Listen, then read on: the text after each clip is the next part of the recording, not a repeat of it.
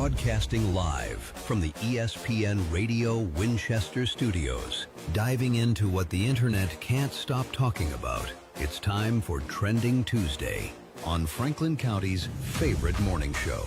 The starting lineup, fueled by Loco Coffee. And now for your hosts, Joe Abraham and Chewy.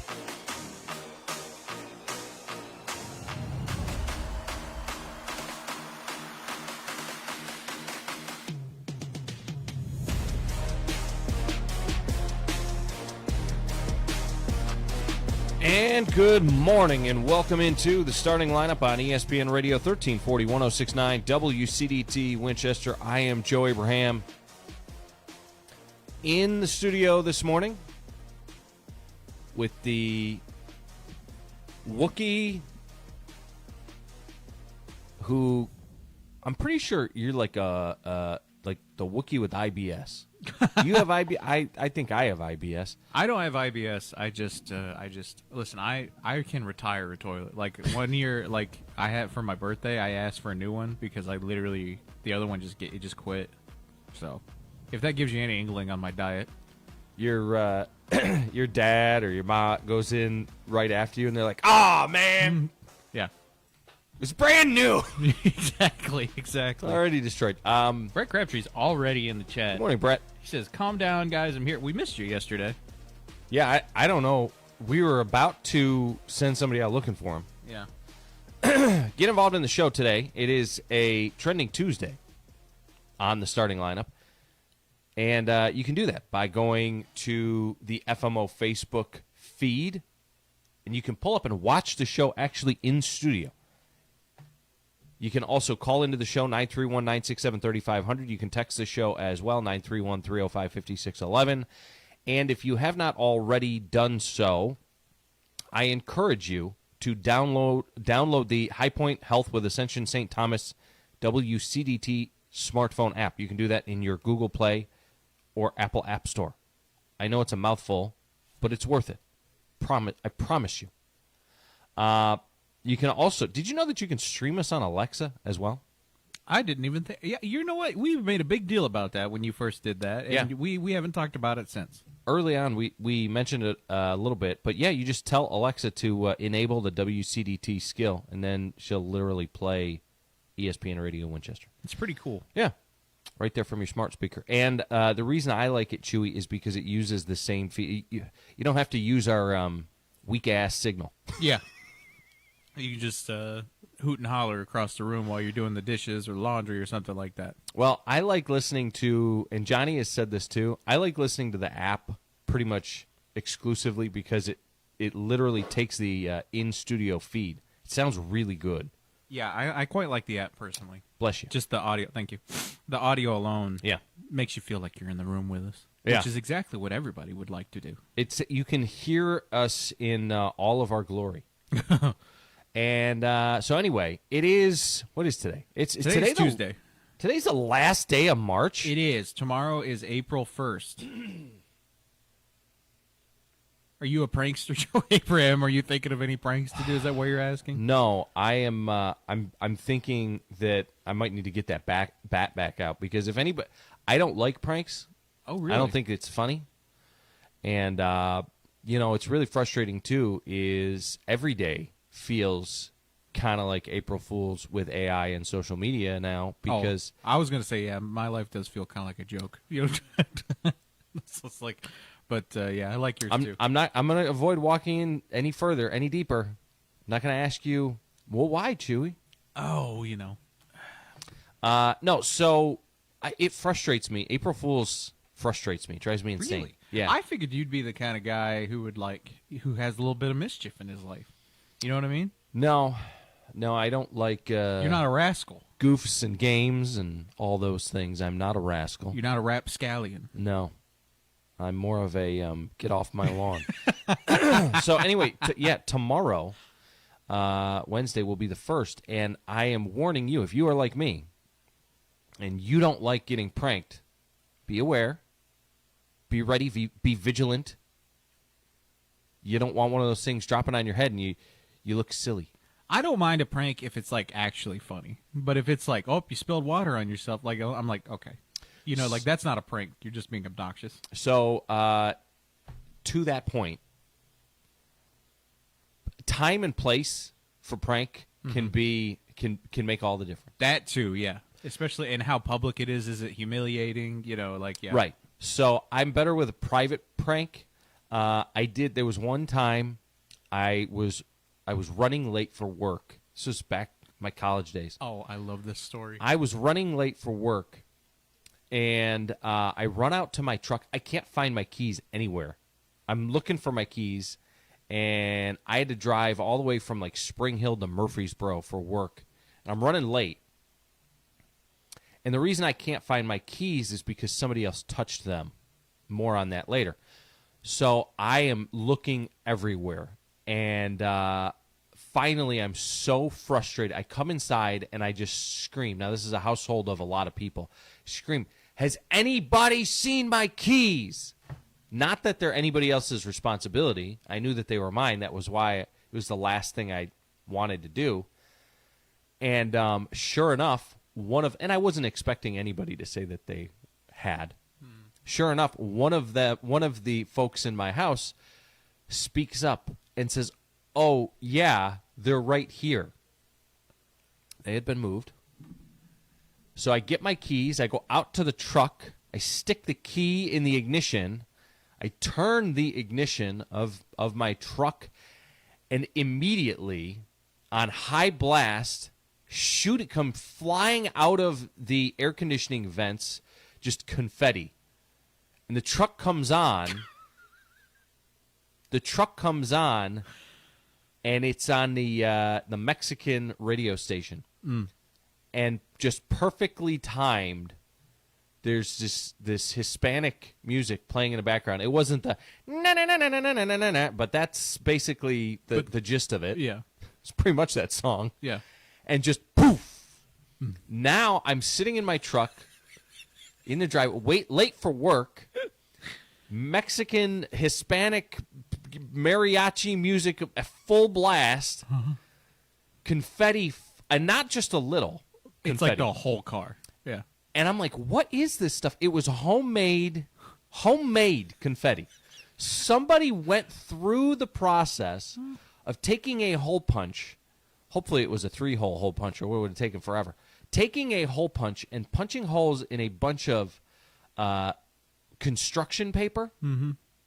Like, what are we, children here? You went and ripped off some construction paper from the first grade class? Oh, God. And put tons. I mean, I was finding confetti in my truck for the next 2 years. And so now I'm sitting there late for work with just covered in this. I had to get out of the truck, brush myself off, try and brush it off my seat. What is going on here? I get back in the truck and go screaming out of the driveway. Now, unbeknownst to me, one of my brothers, multiple of my brothers actually, were watching out the window, laughing their butts off. And the reason that I couldn't find my keys was because one of them had gone and got them to pull this prank, to unlock my door and do all the things. And when they came back in the house, they didn't put them back where they found them, which is why I couldn't find them. And they felt so bad for making me late to work. They were going to initially, because this is what brothers do, initially they were going to let me wonder which of them it was, but they felt so bad about making me late. They came and said, "Listen, I wanted to apologize for making you late for work. It was me that moved your keys." And so ultimately I knew, so it was you. And I'll tell you what, in another time, in another space, that would have been a hilarious prank. Like on the weekend. Right. But I was late for work. It was not so funny. And, yeah. Let me ask you this: when that happens, Don't like them. That kind of thing, do you get that mad to where you just have to sit there for a second? Yeah. Where you're just like, 'cause yeah. I did that one time where Karen's mom had parked a car out front, and I pulled back and just like slammed right into it with my car, And I sat there for a good 5 minutes, just being like, just infuriated for a while. You know what I mean? And you just sit there in your car because you're like, because if you get out, you know it's going to be an issue. Yeah. You know. Well, I'm sorry that you don't like pranks. I don't know. Carried that with me for a long time. Is it that one in particular that really just sort of ruined it for you, or just in general you don't like those kinds of surprises? I would say in general I don't like those kind of surprises. I don't know what it is. Maybe I'm just not a fun guy. Maybe I'm a fuddy-duddy. I don't know. I think I can enjoy a prank if it's small and like Right. if it's like within the confines of a desk. Do you know what I mean? Like if that's the issue and nothing breaks, you know. Yeah, if it's not too much, or if, Like a whoopee cushion. or if we're having fun, you know, like if it's a situation where it's kind of like a regular and building thing, like I can. But listen, I can't go from. I guess here's my frustration. I figured it out. Chew. Okay. I literally figured it out having this conversation with you, and it's not even a therapy Thursday. So I'm very competitive, and I like to win, and I can't win a game that I don't know we're playing. Good idea. I see what you're saying, and I do understand that 100%. Yeah. And I'm not mean enough, cruel enough, sick enough in the head to be the first one to pull a prank. I don't sit here thinking, you know, what would be a great way for me to prank Chewy would be to stick a pencil in his chair vertically. So that when he doesn't see it, he sits down. Dog, when I get you back, it's going to be the worst. Yeah. You get me once, fool me once. Shame on you. Anyway, all right, so today on the show, it is a Trending Tuesday.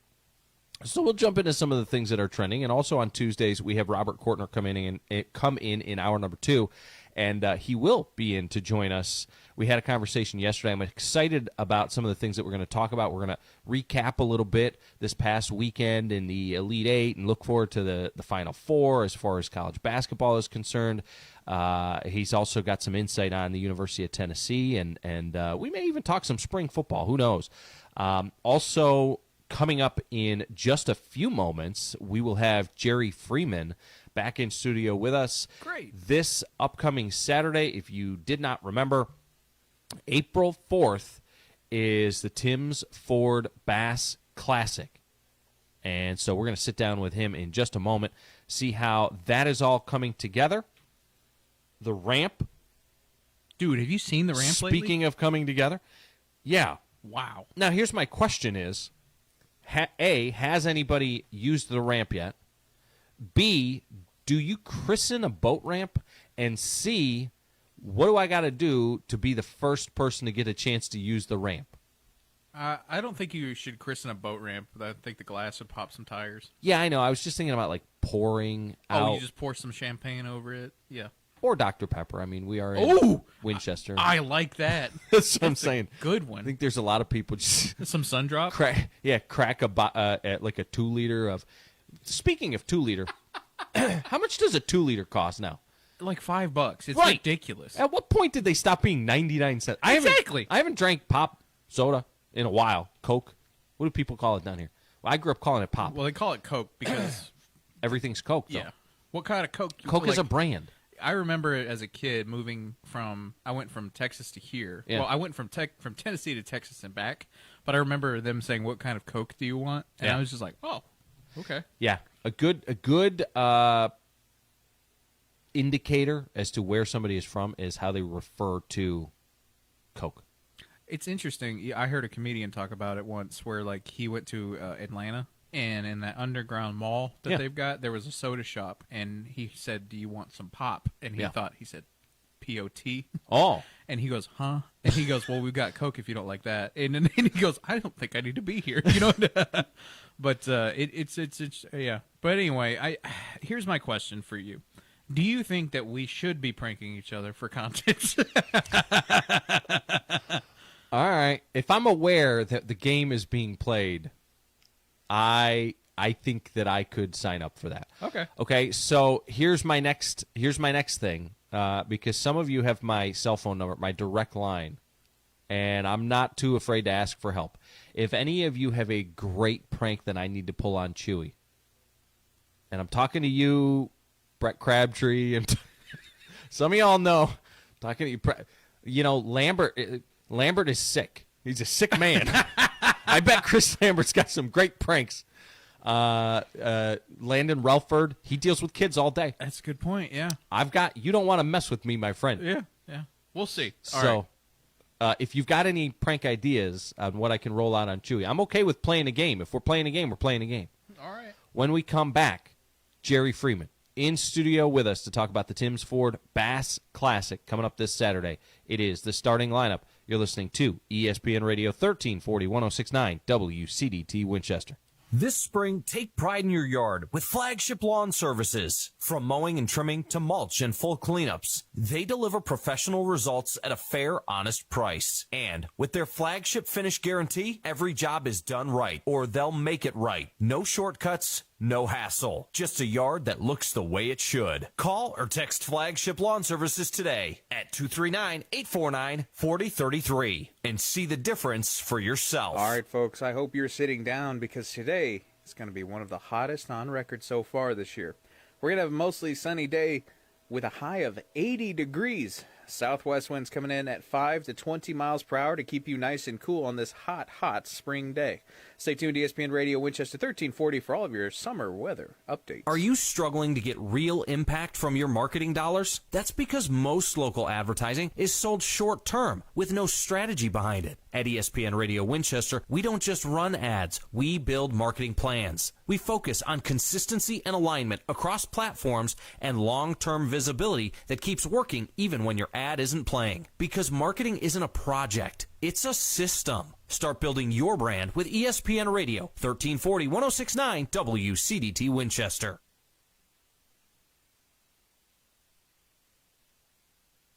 Choose More Courtney Funeral Home.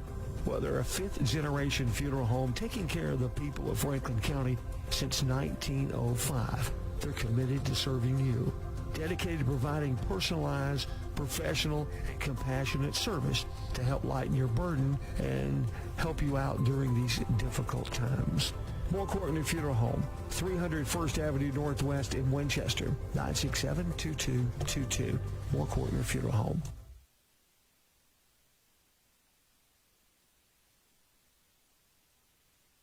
For over 75 years, one thing has never changed in Winchester, Tennessee. Hall Furniture has been there through it all. 3 generations, decades of trust, and the commitment to quality, value, and service that still comes first today.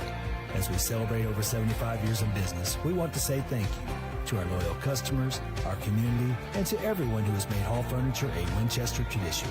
Hall Furniture, here's to another 75 years of helping you make a house feel like home. Got a project to tackle or a party to plan? Skip the stress and rent it instead at Reliable Rental in Winchester. From tools and heavy-duty machines to chairs, tables, and event essentials, they've got what you need to get the job done right. Whether it's work or a weekend celebration, Reliable Rental makes it easy. Stop by 2433 Deckard Boulevard in Winchester or check out everything they offer online at reliablerentalfc.com. Reliable Rental. When you need it, they've got it. Tune into the Afternoon Handoff with Johnny Hand, weekday afternoons from 2 to 4, right here on ESPN Radio Winchester. Now, back to Joe and Chewy.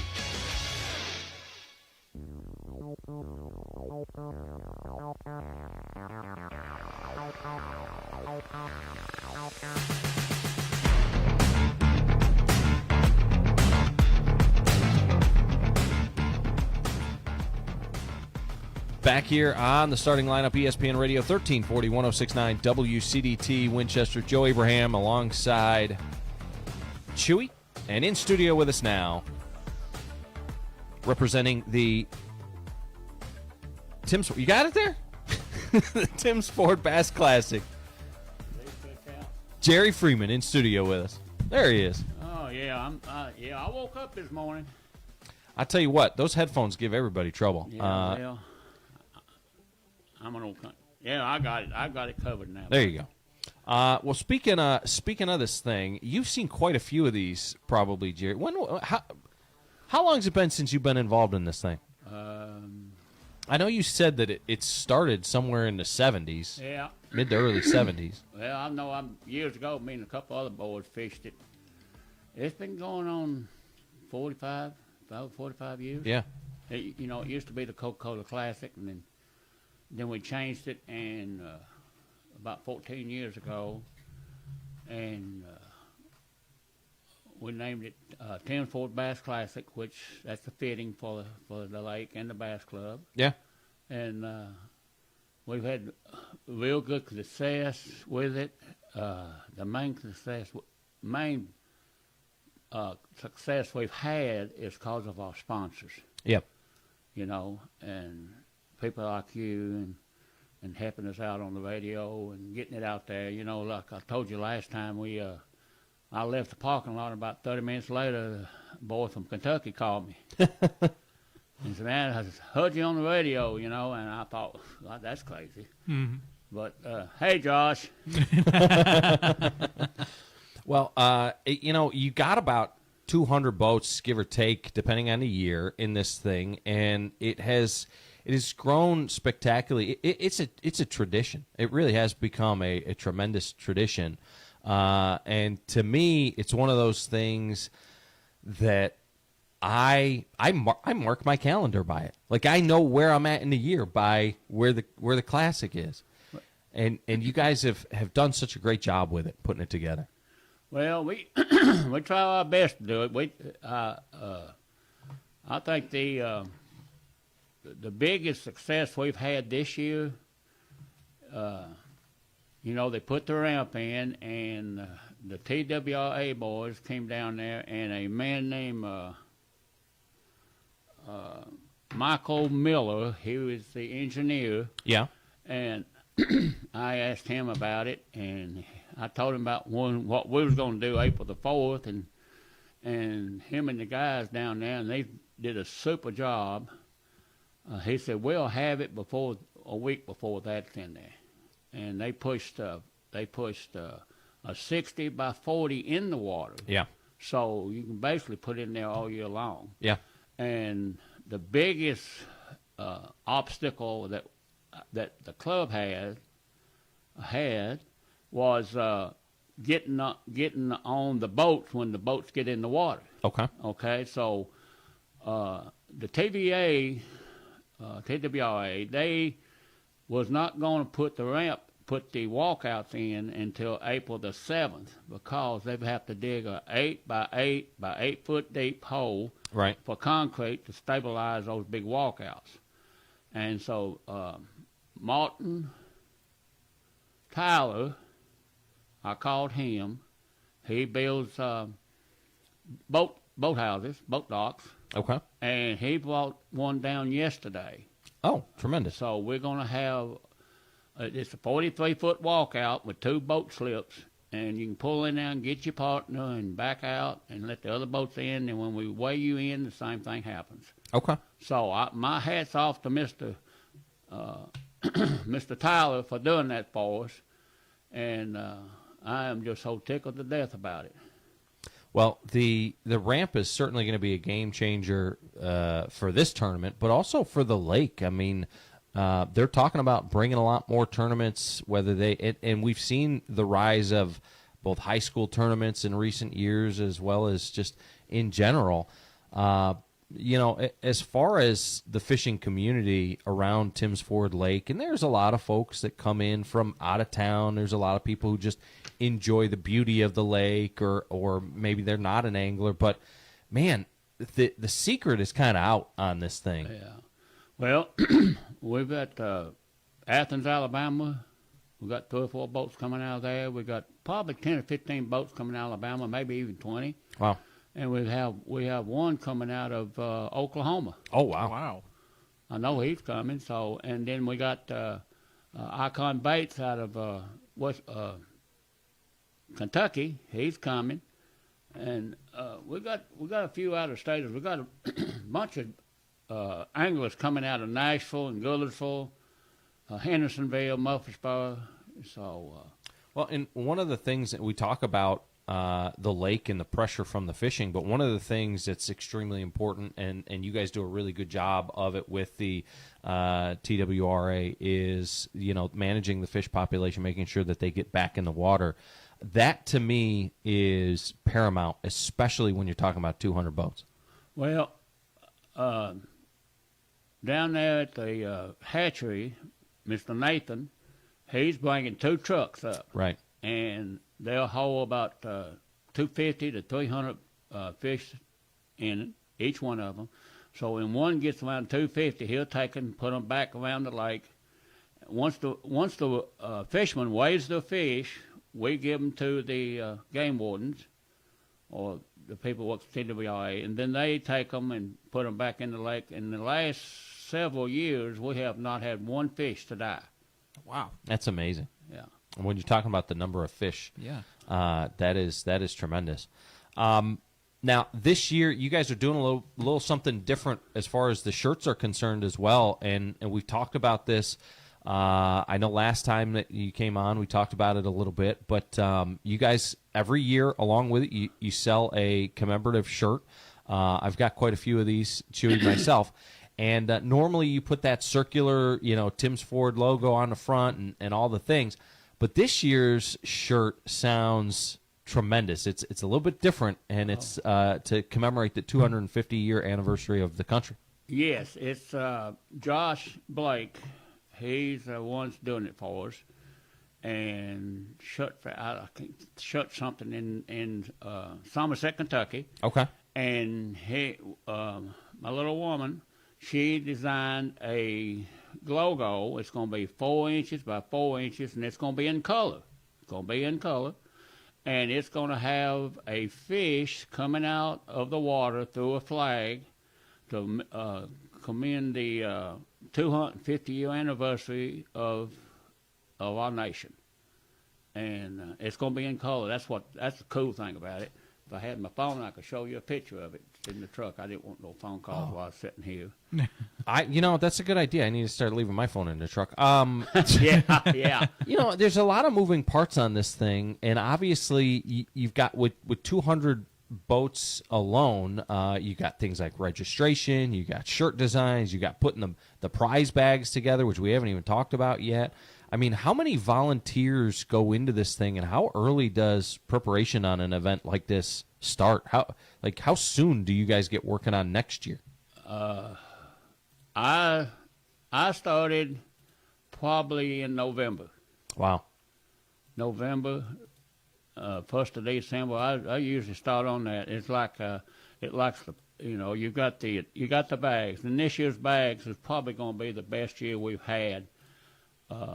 Putting stuff in the bags. We're going to have 10.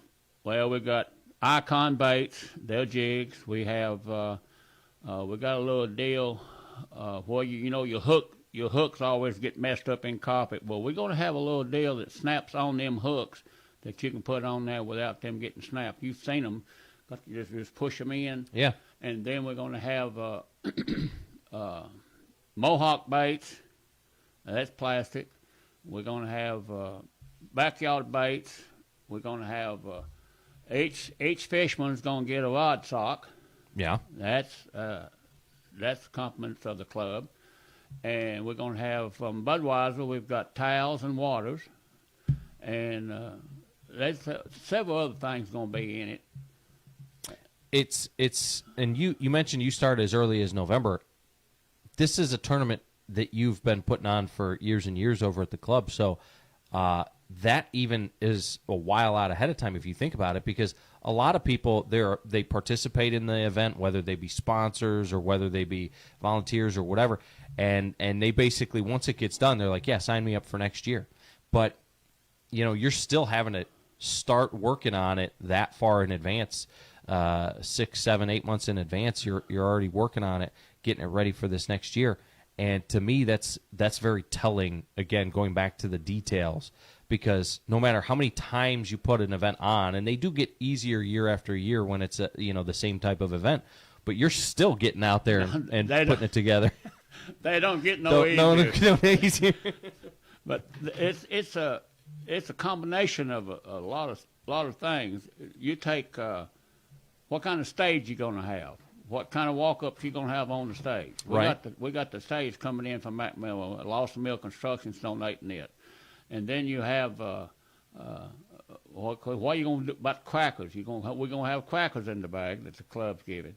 And then you got to order the bags. That comes from Miss Sarah Gillum from Gillum Marine. She is outstanding on helping us, and she's one of our big sponsors, like Phoenix and Tough Grass of Tennessee, Bill Darby. You got CFC, they're a big sponsor, and then we picked up Capital Waste Service out of Manchester. They're wide in the South. They're one of our big sponsors. But Phoenix and Gillum's has been with us since the first day that I've been involved in it. Right. And Al White, Al White, if you don't buy it, Al White, you ain't right. That's what they say on their commercial. But Baxter, he's been real good, and Bluegill and Ferris Lawn Care Service, they've been with us 2 or 3, 4 years. Mainly, all the people that's been involved in it in the last 6, 7 years has been with us. Right. Even the sponsors that, just a little bit here and a little bit there, but that's what counts. That's what adds up. Yeah. Well, and we've talked about it before, is that they're the ones that make this thing possible.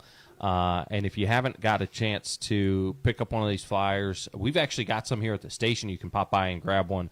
But I do recommend you grabbing a flyer. You can go on their Facebook page as well.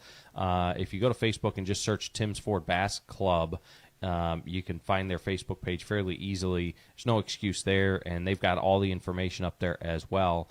But, Jerry, speaking of the information, if somebody wants to get involved in this thing, if somebody wants to fish this thing, outside of going and grabbing a partner to ride on the boat with them if they want to, how would they go about doing that? Who do they need to contact, and what does the process look like as far as getting involved? Well, if we have a meeting every first Thursday of every month if you want to join the Bass Club. There you go. 7 o'clock. And then if you want to get involved, just give us a ring or call me. My name's on this flyer. And, just how much you want to do is how much we always need help. Now, the Bass Club members, they help quite a bit, and we got the junior high, Franklin County Junior High team is going to come and help. I don't know. I think some of the seniors might in their club, but they're going to help us there.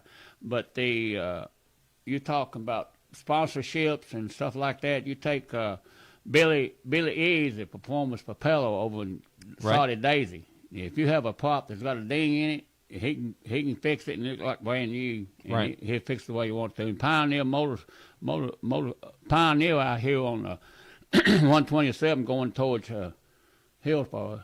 Yeah, they've been with us for a while. But Building Supply, old Bubba, he even brings down a side by side for us. Yeah. Well, you guys have a bunch that help folks. Again, this is one of the big things that separates you. You guys have these side-by-sides that help guys get from the truck to the boat and back and forth. There's no walking. Right. We'll put you in. We'll tell you where to park. We'll show you how to park. And then we'll pick you up, bring you back to the boat ramp.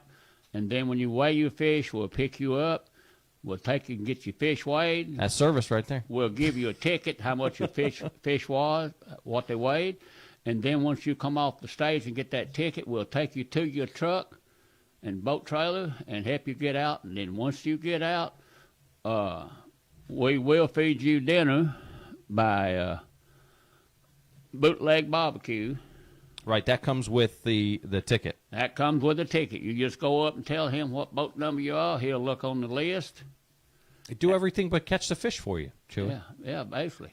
You just got to have the fish. But now we pay $1,000 for big fish over morning. You got to wait in between 7 and 11, and I'm remembering. And then $1,000. Yeah, y'all lost. Y'all didn't weigh one in last year, and it cost you. It did.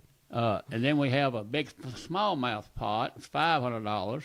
That's the whole day. Then we have another $1,000 for the evening big fish. now last year the big smallmouth won the big smallmouth and the $1,000 because it was the biggest fish. Yeah. And but we pay out $5,000 first place. Yeah. That's tremendous. And the entry fee, guaranteed.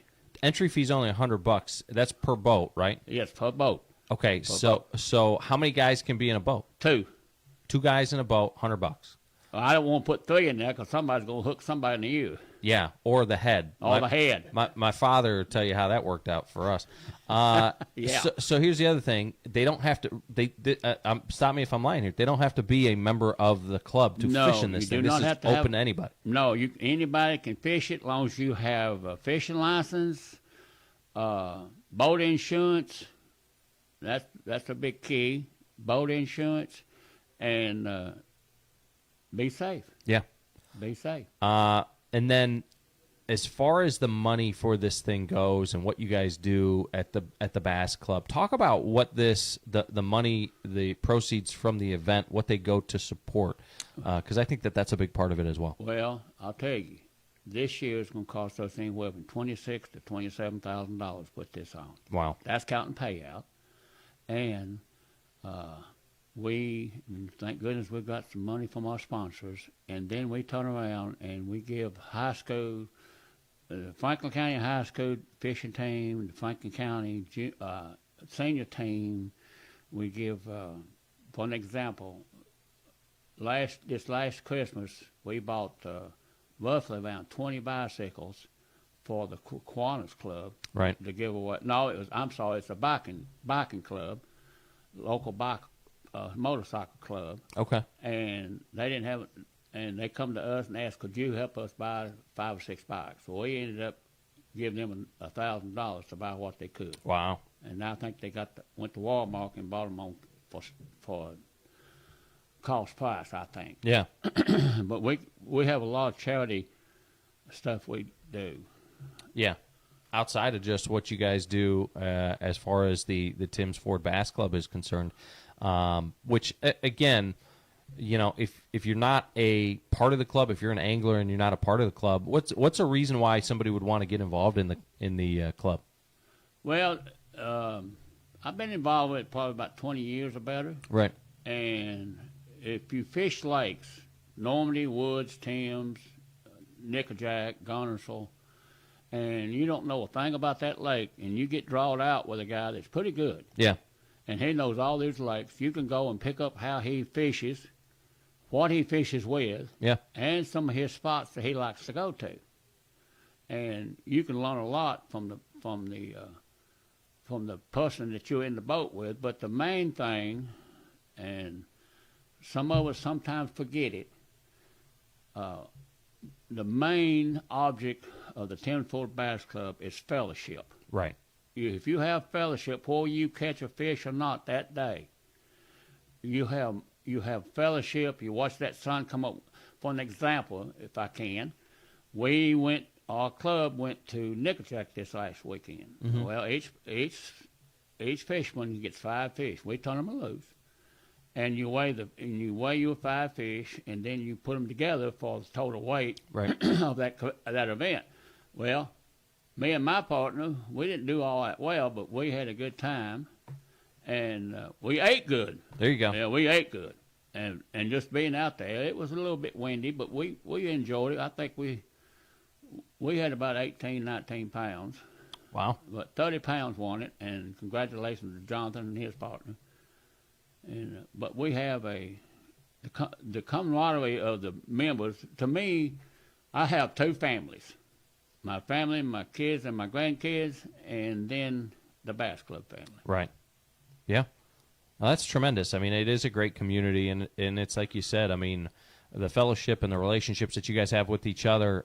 If you go out there and you catch a great fish or you go out there alone and nobody's there to see it, did it really happen? If you don't have anybody to share it with, if you don't have anybody who, enjoys or knows the struggle and all that type of stuff that goes into it, as opposed to if you've got a whole community that you can share that love of fishing with. Well, let me tell you something. Yeah.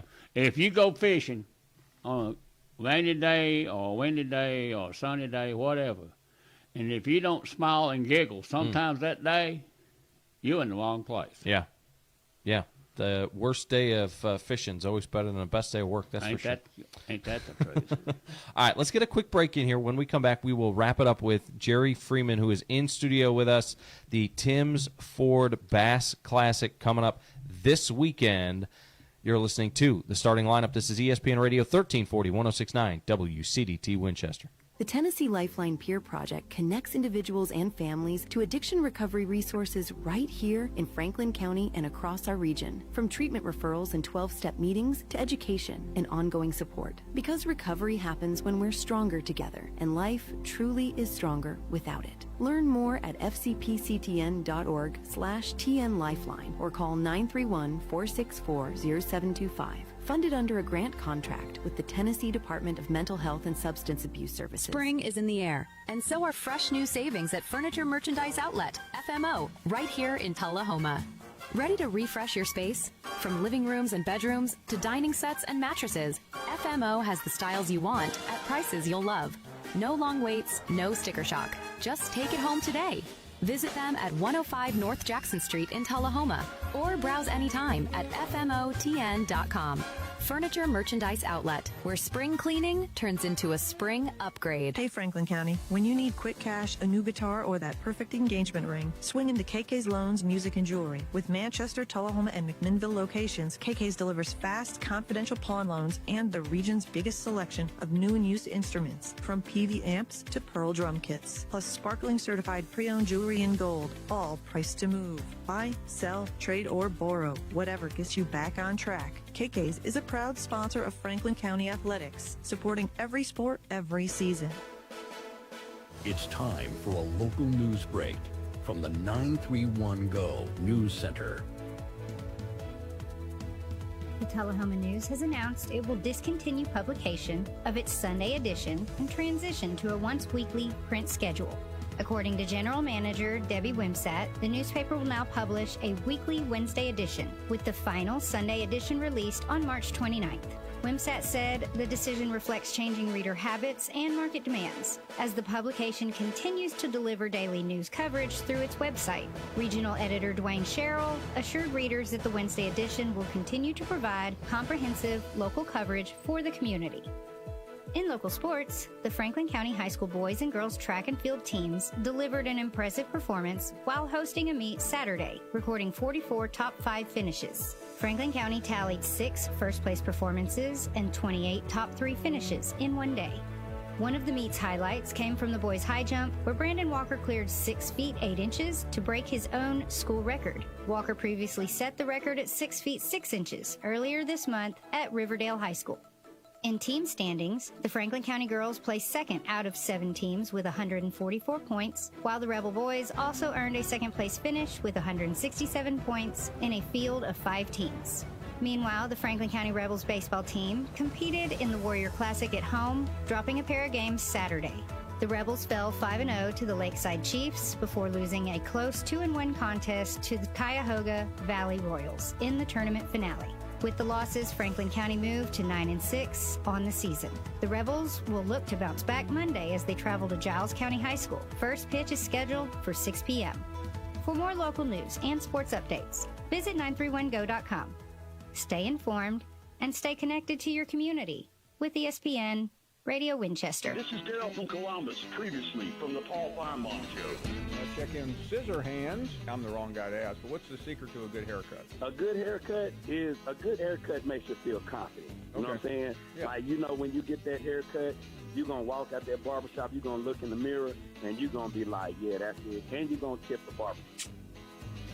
The Paul Feinbaum Show, weekdays at 3 Eastern on the ESPN app and on the SEC Network. Got a project to tackle or a party to plan? Skip the stress and rent it instead at Reliable Rental in Winchester. From tools and heavy-duty machines to chairs, tables, and event essentials, they've got what you need to get the job done right. Whether it's work or a weekend celebration, Reliable Rental makes it easy. Stop by 2433 Deckard Boulevard in Winchester, or check out everything they offer online at ReliableRentalFC.com. Reliable Rental. When you need it, they've got it.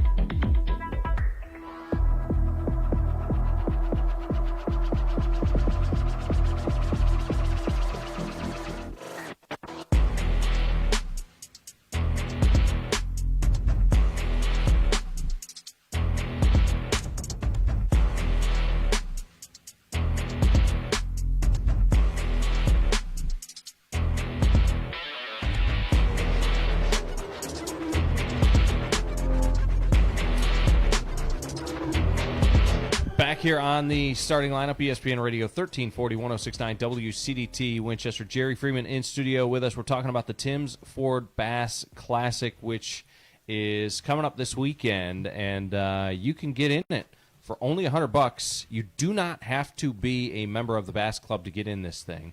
It is wide open, $100 entry fee per boat. And here's the thing, is it's not just about first place, which has a payout of $5,000, or second place even, that's $2,000, or third place even, that's $1,000. They're paying all the way down to 20th place. You can make more money than it's going to cost you if you come in the top 20. And, oh, by the way, that doesn't even include the big fish, which you've got the midday big fish, the end of the day, and the big smallmouth. But here's the cool thing about the big fish. Jerry, you were telling me in a break that folks in the morning for that midday big fish, they can actually call and kind of check and see where they're at. If they think they're close, like I did last year, it's probably worth making a trip over to the ramp and getting that thing weighed. Well, let's say you're down. That's a good point. Let's say you're down from 5 points or past the state park, and you catch a good fish. Yeah. Well, you'll have your number. Let's say your number 105 or 61 or 48, whatever. And my name and number will be at the bottom of that card, and all you got to do is call me and say, hey, what's the big fish? And I'll tell you, and you'll say, oh, mine's bigger than that. So you'll come up there and you'll weigh it, because if it did, and let's say you get a 5-pounder and there's a 6-pounder leading, so you're not going to waste your time coming all the way up there to weigh it. Right. And that way it's going to save you time and keep you fishing. But if that's reverse, then you'll come up there and weigh it. We'll give you a ticket on that fish, and then we will put it back in the lake after we weigh it, and then when you come in that afternoon, you can weigh 4 fish, and we'll add that big fish to your total weight. Yeah. And for those of you wondering, so last year I made the mistake. Big mistake. We did not call in, and big mistake. I think I had like a 3.5 pound or something like that, and it when we weighed it in at the end of the day, it outweighed the big fish winner, and I caught it right off the bat early in the morning, and I'd have won me $1,000. Didn't make the phone call. I bet you won't do that no more. No, that's a mistake I won't make this year. There's a good fish too. Yeah. But the other thing we've got coming up on Friday is, and I know that some folks, they'll kind of wait to see how the weather plays out, whatever the case. Me, I told you before I love fishing in the rain. It's probably my favorite time to fish is when it's coming down. I love fishing.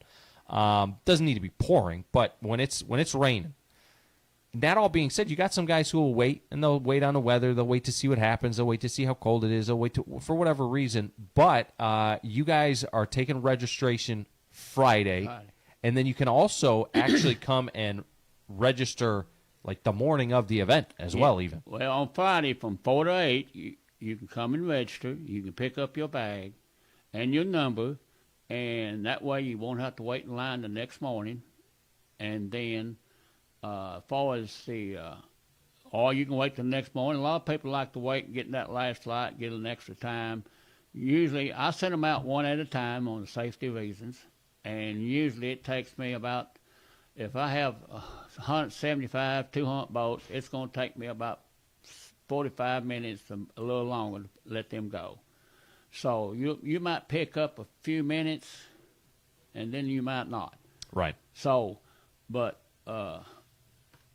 it's a challenge, and you can sign up Saturday morning. We also have, we have a place over there where if you're going to wait to sign up, we're going to move you down by the Red Roof building, and then we're going to get you. We got two guys in side by sides going to pick you up and take you up and sign up, so you won't be in the way. Now we do have a big pile of rock up there, so we're going to have to go around that to put you in. And I think it's probably safer to put 3 boats in at a time, even though it could take 4. The ramp could take 4, but the question is, do we have enough room in front of that ramp to turn around 4 boats without taking a fender off the boat? And so my suggestion to the people that's running the ramp would be 3, and then that would give the parking, Mr. Drew Rutherford, he's the head of the parking, Randy McCormick's head of the ramp, and then that would give the parking guy, Mr. Drew, a little bit more time to. That's a good point, yeah. To get him straight in, whatever, and then we hopefully will have enough side by sides and people. The club members they did an excellent job last year, excellent job. So hopefully we'll do that again this year. And we have a polygraph guy coming in from Nashville, and the barbecue guy, he'll be there. And we're gonna have gifts to give away. And if you're fishing and you draw a number, we're gonna put your number in a hat, and it's gonna be live on Facebook. So ain't no buddy system there. So if we draw out your number, we'll have a list at the boat ramp with a circle around your number. And if you win something, you're going to have a circle around it, and they're going to tell you at the ramp, you won a prize, don't leave. Very cool. So it's a lot of stuff going on at one time, let me tell you. Well, we would like to spend the last couple of seconds here thanking your presenting sponsors. I know that you've got a lot of sponsors involved, and we might not be able to get all of them mentioned, but you've mentioned a few of them, like Phoenix and Turfgrass of Tennessee, Gillum's Marine, CFC Recycling, Capital Waste Services, all of those that are on that front cover that have been with you guys year after year. But mention some of the other ones as well that you got on that you thing. got Pick and Pull. They're affiliated with CFC. Right. And then you have Al White Motors out of Manchester. Then you've got the rental company, the tent down there, Reliable Rental. Reliable Rental, yeah. And Icon Baits, they're new this year. I think they're going to be for a while. He's coming down tomorrow and bringing some. He's bringing over 400-something jigs to put in the bag. I'm excited about that one. Yeah. I'm excited to check them out. They best jig they made, I'm telling you.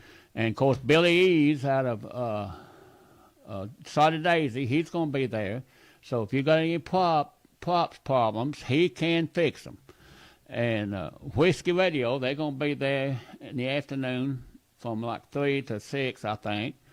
And I'll thank them for that. Pioneer Motorcycles, they're going to be, hopefully I'm going to go see them after a while. And then Bubba Building, and then you've got Backyard Baits, Dunlap Insurance out of Tullahoma,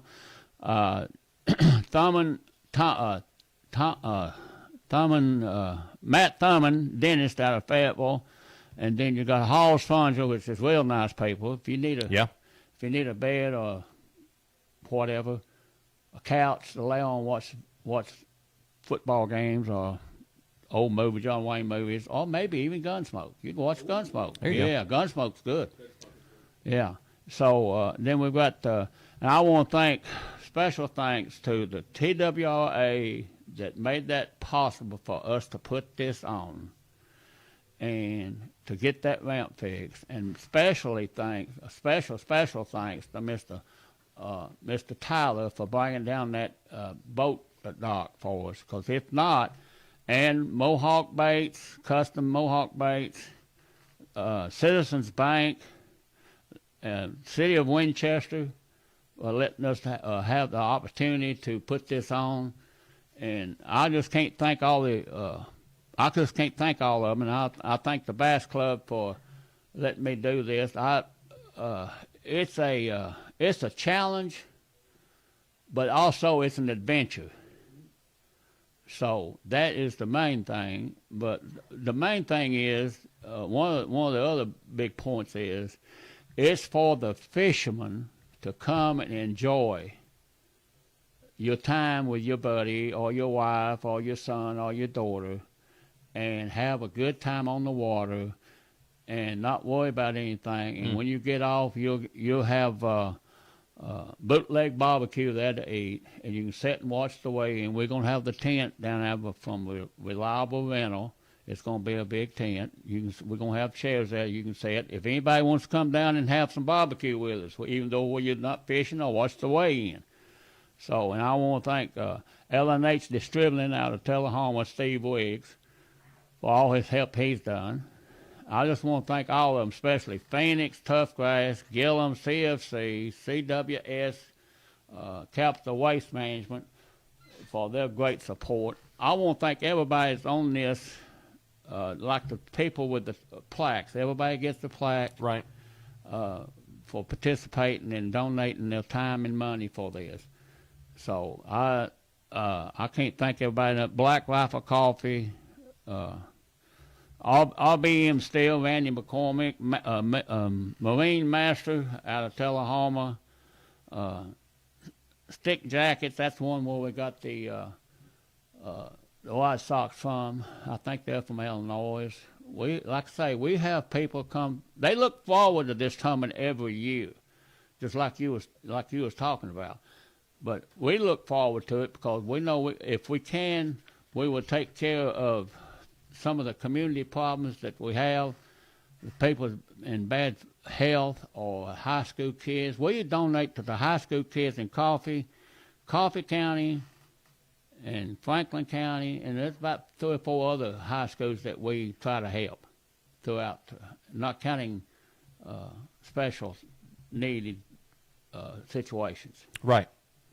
Well, that's tremendous. And what about Al White? And you've got Bluegill and Ferris Lawn and Lawn Care and Tree Works as well there. Yes. Under the Big Fish Pots as well. Yes. So thank you to all of those sponsors, and thank you to you, Jerry, and your whole crew, all the volunteers as well that get involved in making sure that this thing goes off without a hitch each and every year. Well, I've fished in a lot of tournaments with the big dog, and I tell you what, it's as good as any of them out there. It runs as smoothly as any of them out there. Even the high end ones that we fish in, and this one will only cost you $100 a boat to get into. It's great value. I want to thank the Bass Club members. They're the ones that the main. I'm just what they always say. I'm just the guy that's driving the tractor. Y'all loading the wagon. You know what I'm saying? So it's just a blessing that we have enough time and to put this on. And hopefully we'll do well. And as far as the weather goes, I checked it this morning. It's supposed to probably rain in the afternoon. It's 50% chance it is, but I look at it the other way. It's 50% chance it ain't. So if it's cloudy and overcast, you might get a little rain. You may not. I don't think it's going to be all that much. But come and enjoy. Yeah, that's the main thing. You'll enjoy it either way, that's for sure. And we're going to have, I believe we're going to have a coffee guy with a coffee truck there. Ooh, that's what I'll need. Nice, All right, brother. Well, I appreciate you coming in this morning, and if anybody wants to get involved, again, I encourage you to go on Facebook and just search the Tim's Ford Bass Club, and you'll find more details there. Well, you can sign up at Gillum's, or you can sign up at That's true. Sign up at Gillum's, because I'm going to go by there today, and you can also sign up at the Sportsman's Corner in Tullahoma. Heck, you can come by here and grab a flyer as well. Just call me. I'll bring one to you.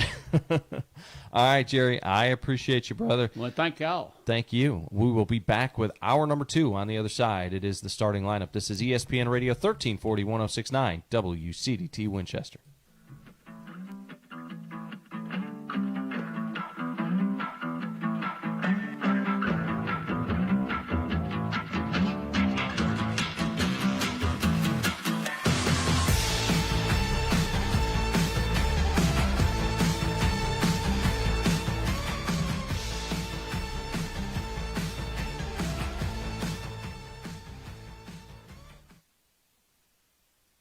The future of healthcare starts here. The Southern Tennessee Regional Health System, Winchester and Suwanee, are joining the High Point Health System with Ascension St. Thomas, a health network serving communities across the state. We're working together to expand access, improve clinical quality, and keep you close to home throughout your care journey. Your favorite providers aren't going anywhere. It's the same care you know and trust, now with a new name. High Point Health with Ascension St. Thomas. Learn more at highpointhealthsystem.com. Looking to make a difference in Franklin County? The Franklin County Prevention Coalition works every day to build a safer, healthier community, free from substance misuse. Through education, outreach, and strong local partnerships, they empower parents, schools, and leaders to prevent addiction and support positive choices. From youth programs to community events, the coalition is here for you. Learn more or get involved today at fcpctn.org. Together, we prevent. This project is funded under a grant contract with the State of Tennessee Department of Mental Health and Substance Abuse Services. Farmers, gardeners, and homeowners. Franklin Farmers Co-op in Winchester is your one-stop shop from top-quality feed and seed to fencing, equipment, and even pet supplies. We have everything you need to keep your farm or home running smoothly. Our knowledgeable team is here to help you every step of the way. Stop by Franklin Farmers Co-op, conveniently located at 2229 Deckard Boulevard, or give us a call at 931-967-5511. Franklin Farmers Co-op, rooted in your success, growing with your community. Hey Rebel Nation, Dr. Orr and the caring team at Winchester Family Dentistry are proud to back every Franklin County athlete this season. From first grade flossers to varsity veterans, we believe healthy smiles build confident champions. Whether you need a routine cleaning, a last minute sports card, or a full smile makeover, we've got you covered right here in Winchester. Call 931-967-4143 or visit WinchesterFamilyDentistryTN.com to schedule. Winchester Family Dentistry, keeping Franklin County smiling one game at a time. Looking for a reliable car at an affordable price? Stop by Money Down Motors here in Deckard. We specialize in quality pre-owned vehicles with low down payments and flexible financing options. No matter your credit history, drive away today with a car you'll love and a payment plan that works for you. Visit us at 1945 Deckard Boulevard or call 931-962-3404 for more info. At Money Down Motors, LLC. Your ride is waiting. Tom Abraham here for my friends at All About Water. Crazy name, huh? Well, let me introduce you to them. All About Water is the top pond builder anywhere in the Tennessee Valley, and that includes remodeling or cleaning out existing ponds as well. They also have monthly maintenance plans for your pond. Don't have a pond? Well, how about a fountain or water feature for your property to bring that soothing sound of running water to your happy place? On the other hand, maybe you have water on your property that you don't want. Well, Ryan at All About Water is all about water, so he could take care of that as well. He has a background in fluid dynamics, and what that means is that he could take care of any water issue that you have. Finally, how about that irrigation system that you have or that you want? Well, they do installs and maintenance and repairs on those as well because they are all about water. Learn more at allaboutwaterllc.com. That's allaboutwaterllc.com.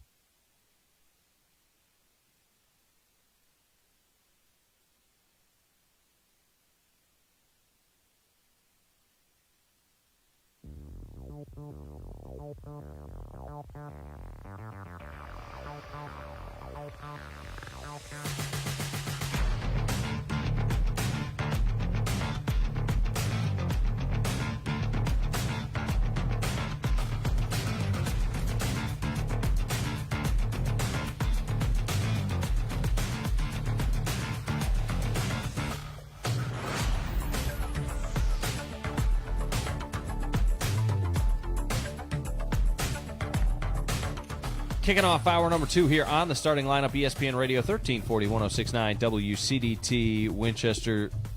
I did want to just say one thing. Yeah. Delana White jumped in at the last second before Jerry ran out, saying to bring cash to this thing to get in on the raffles too. Bring cash to this thing to get in on the raffles too. Good point. So I assume on land they'll have some raffles around the bass club and that kind of thing. You always want to bring a little extra cash. You know, you can get one of those T-shirts, all the things. I want one of those shirts. I would definitely. Well, maybe I'll be able to pick one up for you. We'll just have to see. We'll have to see. Depends on how Wednesday goes. The first. How well I behave. Yeah. Depends on what you and Brett Crabtree come up with. All right, so from 2 April Fools to 1 not so much fool, in studio with us here in hour number 2 is Rob Kortner. That's not the right song. That's not the right song. Try again. There it is. There you go. The final whistle blows, and the last note of Rocky Top fades into the night. He's still standing. Funeral director by trade, balls fanatic by fate. He walks the line between this world and fourth down. He is Robert Kortner. Rob, good morning. What's up, guys? So to pull back the curtain, I made the mistake yesterday of, and we try and, I say we try and, like there's some sort of plan here. Rob makes sure to text me every Monday, and he says, hey, what do you want to get into tomorrow? And usually I'll respond back with, like, an idea or two. Is there anything? And then, ask the question, is there anything you want to get into? And we have kind of a back and forth for a minute, and that's pretty much it. Well, yesterday I made the mistake, and when I say I made a mistake I made was I picked up the phone and I called him because I was out at the kids' practice and I was coming back, and I realized I hadn't responded to his text yet, and I just wanted to get with him and see where his head was at, which then turned into Rob and I having a 10-minute conversation in which I essentially had to cut it. I had to cut it off. I had to cut the conversation off because it turned into us just doing the show. just Rob and Joe, not on the radio, on the phone. But we've got some really fun things that we can talk about this morning, which we mentioned yesterday. We kind of touched on them a little bit yesterday. But where I want to start is with the madness. And, this past weekend we saw the Vols season come to an end, Rob, but you and I have both kind of touched on this with where this team was coming into the tournament.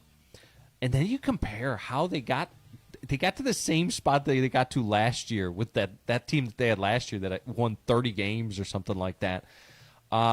They really outperformed expectations. And what has that kind of done for the program? And you talk about the NIL money, you talk about the future, you talk about the investment that these programs are now, but what is their mindset going forward? And just give us your thoughts, your recap on March Madness as far as a Tennessee Vols fan's perspective. Well, I think the fan base would definitely look at Rick Barnes this season and say he overperformed, which usually isn't as big of a case for Rick Barnes in March. Usually he plays pretty well to his seed. Most years, as we've seen in years past, if he's the lower seed, he usually wins, and if he's the higher seed, he usually loses. This year we saw them kind of make a run and kind of play their best basketball at the right time when you want them to play. And when in years past we've seen them peak during the season. I think, though, I really looked at this team and trying to find some comparisons to this team at Rick Barnes' previous Tennessees, and I think they remind me a lot of the 2023 team. I think that this team is probably better defensively than they showed this season, and that 23 team was the best defensive team in the country, so it's not as comparable there. But as far as the shooting and the offense, I think we saw a lot of guys that had the offensive ability that just weren't as consistent. And I think since that 2023 team, that was the best defense in the country that got beat by FAU. Rick Barnes, I think he kind of made an adjustment there and said, look, I'm not going to get caught with not having enough shooters on the floor again. What happened after that? Well, he brought in Dalton Connect. And then the year after that, it was Chaz Lanier. So he's constantly brought in guys that could score. And I think this year that was Jacoby Gillespie. So I think they hit on the one. But also you look at the supporting cast that those other two teams had. Well, Dalton Connect's team had Jordan Gainey, Zakai Ziegler, had guys that weren't what I'd say called just elite shooters, but they could knock down the shot, weren't given the opportunity. And had that same supporting cast last season. Well, this season, I think that they kind of ran out of supporting cast. And whether you didn't hit those guys in the portal and get one more shooter in, or, you know, I don't know what the problem was. You know, today it could be you just didn't spend enough money. I don't know what the answer is there. But I don't think they had that one more shooter. Bishop Boswell was not that consistent enough shooter that I would say could have taken this team past Michigan if they were playing well. Now, Michigan's a great team. Tennessee would have had to play the best game they've played all year, and maybe that wouldn't have been enough. Michigan's a great team. But then you look at Nate Ament. I don't think Nate Ament I don't think he turned into the shooter they thought that he could have. Right. Now, he can get to the rim as good as anybody. He's a great athlete. I'm not saying he wasn't worth the money, because I don't know if you didn't spend the money on him what you would have got. And nobody will ever know the answer to that question. But Tennessee spent $8.5 million on their roster this past season. It was the cheapest team in the Elite Eight.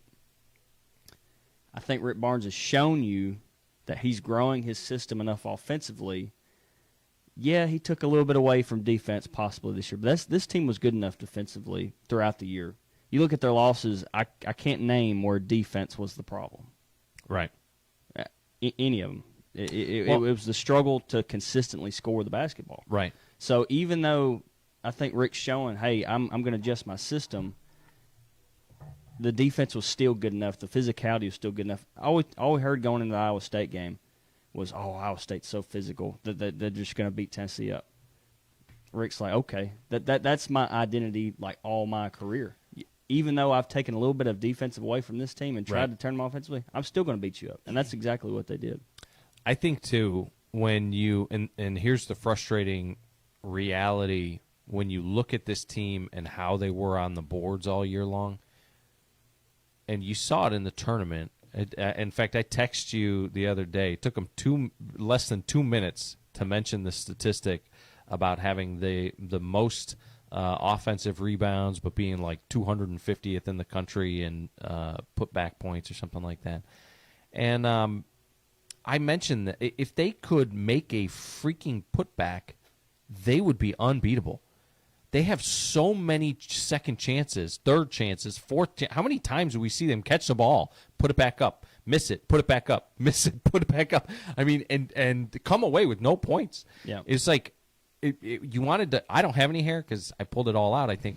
But you wanted to pull out your hair at times watching this team at the rim because they were so good rebounding and just could not get the ball to go down at times. But that being said. And even recapping this team and what they were able to accomplish, this is the third Elite Eight in a row. You consider Rick Barnes, who hadn't really had a tremendous history in the tournament, is now a guy that over the last few years has really performed well in that situation. So how much longer do we have with Rick Barnes leading the way, do we think, or have we moved into the year-to-year territory? And what is this program willing to do, willing to invest? You mentioned about that $8 million mark, $8.5 million or so that they invested in this roster this past year. What should Tennessee fan expect going forward? Well, I don't think Rick's slowing down anytime soon. I mean, he had a guy on campus yesterday already. Wow. So Tyler Lundblade from Belmont, who was one of 17 guys in the country last season to hit over 100 threes, And he's done that in back-to-back seasons, by the way, at Belmont. In 2 seasons at Belmont, he's shooting over 40% from 3. Now, can he do that in the SEC? Wow. We'll find out. But, you know, these are the kind of moves I think he's going to have to make to get that next step. Because you got to have a sort of consistent level of shooting going into March. Like, and you can be good at both. Like Michigan and Arizona have proved to everybody, hey, you can be great defensively, but you can also be great offensively. And I think that's why it looks like those 2 teams are playing a different game right now. But, so, yeah, no, I don't think Rick's slowing any time down soon. If anything, I think that the portal is something he welcomes, which is crazy because he's like old-school mentality. You know, the game's run off Coach K and Roy Williams, all these great guys. Rick seems to like the portal better. And I don't know. Maybe he just has better luck recruiting a kid 2 weeks instead of 2 years. You know, I don't know what the reason is, but he seems to have better luck. And I think too. I mean, everything I've read so far, like, you know, Tennessee's never been to a Final Four. Rick Barnes has only been to 1. I think that you're going to have some big money guys in Knoxville really take a step up this offseason and say, look, he's been here the last 3 years. He's ran into the number 1 seed the last 3 years, and we got to get over that hump. Right. And what's it going to cost to get us over that hump? Now, where I'd caution people and even the coaching staff, just because you have that extra money to play with, you still got to do the right evaluations, and you got to hit on the right guys. You know, Tennessee's had a few guys that they've missed on the last few years in the portal. Darlington Dubar is one of them. Igor Milicek. Those were guys that had really good shooting percentages, kind of mid-major programs that it didn't translate well. And there's been some others too. And you're not going to hit on every one of them. You know, Dalton Connect, I don't want to say they got lucky with, but that was a $300,000 to $400,000 get there. Nowadays, that for what he was, that's probably a $4 million kid right there. So that's the kind of evals you got to go find. Those really under-the-radar guys that can fit in your system that maybe you can get cheaper. And just in Kentucky proved it, man. Just because you've got $22 million doesn't mean that you're going to be the best team. So no. They've got enough. You know, let's throw that out there. They can spend enough to be competitive. Yes. You know, it's not going to be a money issue, but if you're going to give them a little extra. And it's going to cost extra to keep some of these guys. Like Right. Dwayne Brown, true freshman, came in. I didn't think he'd see the floor. It's going to cost more to keep him because now people have seen what he can do. Well, talk about that maybe as far as guys coming back, you know, next year. Of the names that we know on this roster, who do we expect to see back making an impact next year? Yeah, well, Jalen Carey has already publicly said he wants to be back if they want him back. And I'm not going to lie, there were sometimes I didn't want him back this season. But yeah, I think there at the end, though, he showed kind of more of the stretches that we saw early in the season. And down the stretch, he played really well in the tournament. And he's just one of those guys that you nailed it, man. He battles for these rebounds, but he can't seem to get the putback to go down. And but what impressed me more in the tournament was his defensive effort and the rebounding. To me, that's how you win Rick Barnes' heart over, is you do the little things like that. And I think the offense will come, and it did come in the tournament. I mean, he had a huge, I think, 12 points against Virginia. Tennessee didn't win that Virginia game without Jalen Carey. So that's one name to watch. I don't think that his NIL evaluation is going to go way up or anything. Whatever he got this year is probably going to be about what he would get, you know, this time. J.P. Estrella, I think same thing. I think his NIL evaluation is going to be about the same it was this season. The key to Estrella is, man, he's just got to stay healthy. Right. Last 2 years that he's been on campus, we've seen the flashes, and he just got to stay healthy. I think that's his biggest thing. And he's not as good defensively as some of these other post guys I'm about to talk about, but I think that's an area where Barnes is willing to say, hey, look, he's a scorer of the basketball, though. And the games that we've run into the last 3 years, we ran into where we just couldn't score enough. And I think Estrella is a guy, and I know Rick Barnes is probably doesn't want to see this, but I think he's a guy, if they'd let him, he can even extend his game back to the three-point line. We've seen him have open looks and make some of those late in games, just kind of desperation shots. Right. I think that's something he could really build on. And when you have a power forward or center that can extend the floor like that, and it really makes the floor open up even more, because those guys have to come out and guard you on the perimeter. And that's one area where Michigan and Arizona are really kind of showing that new hybrid style of offense. Rick Barnes this year really ran a really old school offensive style. He had two guys on the block the whole time. That's why they're so good offensive rebounding, because they had two guys down there at all times. Yeah. So I'd like to see that offense with Estrella kind of play a little more modern style and beyond the perimeter. And then you got Dwayne Brown, I mentioned earlier, true freshman. We didn't think he'd see the floor. He probably wouldn't have seen the floor if Cade Phillips doesn't get hurt as much, but I think he'll be back. Probably going to have to give him a little bit more money. You mix him up with Cade Phillips, Dwayne Brown, J.P. Estrella, and Jalen Carey, I think you're pretty well set at post. Just keep your guys. If you want to add, maybe take a chance on a 7-footer to replace Okpara, I don't think you're going to need much offense from that player if you put some money in him, but Okpara was a very good rim protector. I mean, he just broke Tennessee's career record in blocks in the NCAA tournament. Right. It's going to be hard to replace defensively, but let's be honest, if you got more than 8 points out of Okpara in a game, you're pretty shocked. Right. And then we look at the guards. This is where Tennessee's really going to have to spend the money. Gillespie won't go down as one of the best players to ever play at Tennessee, but to me, he's probably one of the most important players to ever play at Tennessee. This team just could not function when Jacoby Gillespie was not on the floor and able to run that offense. Right. If he was in foul trouble in games, we saw, I mean, the plus-minus when that guy was out, that's a stat I'd like to see somebody that's just almost like sick that would go in and find that stat. But I guarantee you it was in the negatives because this team just could not function with him out. Bishop Boswell. I love Bishop. He plays really hard. I don't want to say I'll be disappointed if he's the 2 guard coming into next year, but I'll be kind of shocked. I just think there's going to be so many guys out there in the portal that they could get that would be better. Right. And like I said, I hate to say that, but that's today's basketball. I mean, if you got a guy out there better, go get him. And I think that's some of the tough calls Rick Barnes is going to have to make. Well, and he was only a sophomore this past year. You know, as far as growth and things like that, you don't think that he's one of those guys. I think he is. I mean, and this is the first year, you know, that he's really got playing time. He didn't hardly play at all last year. I think he's a guy that could turn into like a Jemiah Mashak type player because he plays with that effort. But the problem is he's just not as good defensively, you know, to keep on the floor. Right.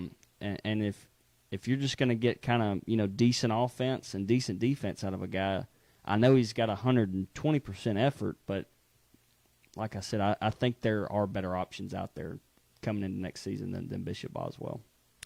Would you say that as far as, you know, positions that need to be addressed, is replacing Gillespie then priority number one? For sure. Figuring out for sure somebody who's going to take over that role. This team's got to have, to me, for this team, if they're going to get back to the Elite Eight again, the last 3 years, where have they lost?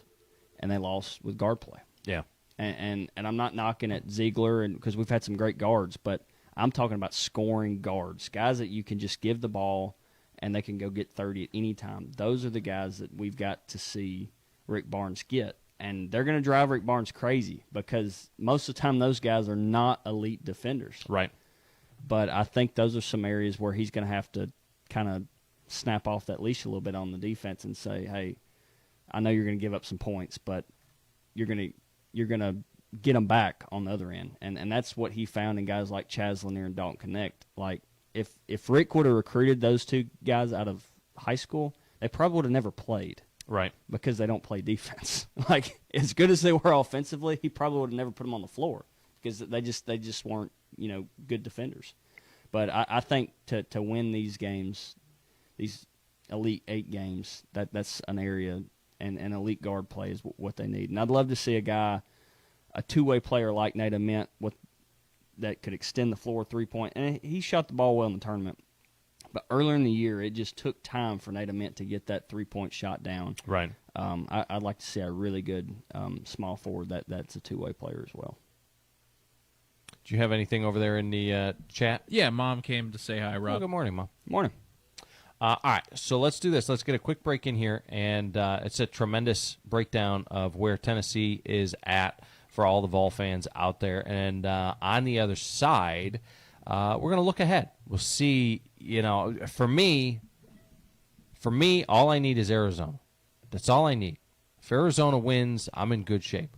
But we'll take a look at the Final Four and see what Rob thinks, see where he thinks this thing is going and what he's been most impressed by as far as these four teams go. I saw something the other day. I think it was yesterday. I came across something, and I want to bring it to his attention and see if he can explain to me the why behind why this certain thing might be happening. You'll want to know what it is on the other side in regard to March Madness and one of the premier blue bloods in college basketball. It is the starting lineup. You're listening to ESPN Radio 1340 1069 WCDT Winchester.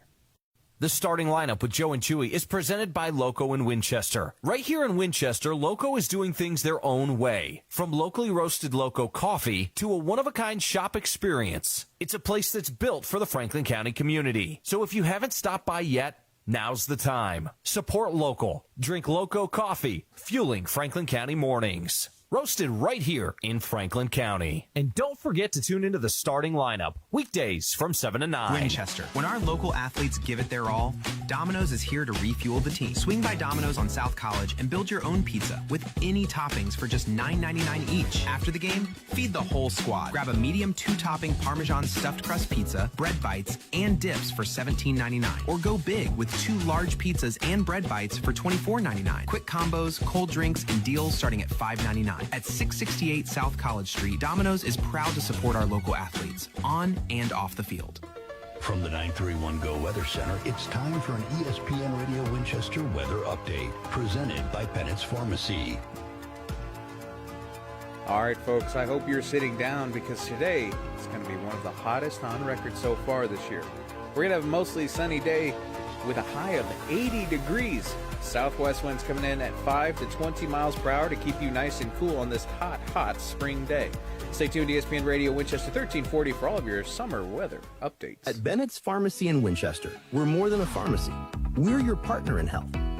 Conveniently located at 1201 Dinah Shore Boulevard, we're here to serve you with fast, friendly, and personalized service. Need prescriptions filled?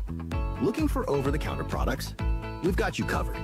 Plus, enjoy local delivery and expert advice from our caring team. Call us today at 931-967-2777 or stop by Bennett's Pharmacy at 1201 Dinah Shore Boulevard today. Take the starting lineup with you wherever you go. Download the WCDT smartphone app in your Google Play and Apple App Store. Now, back to the guys.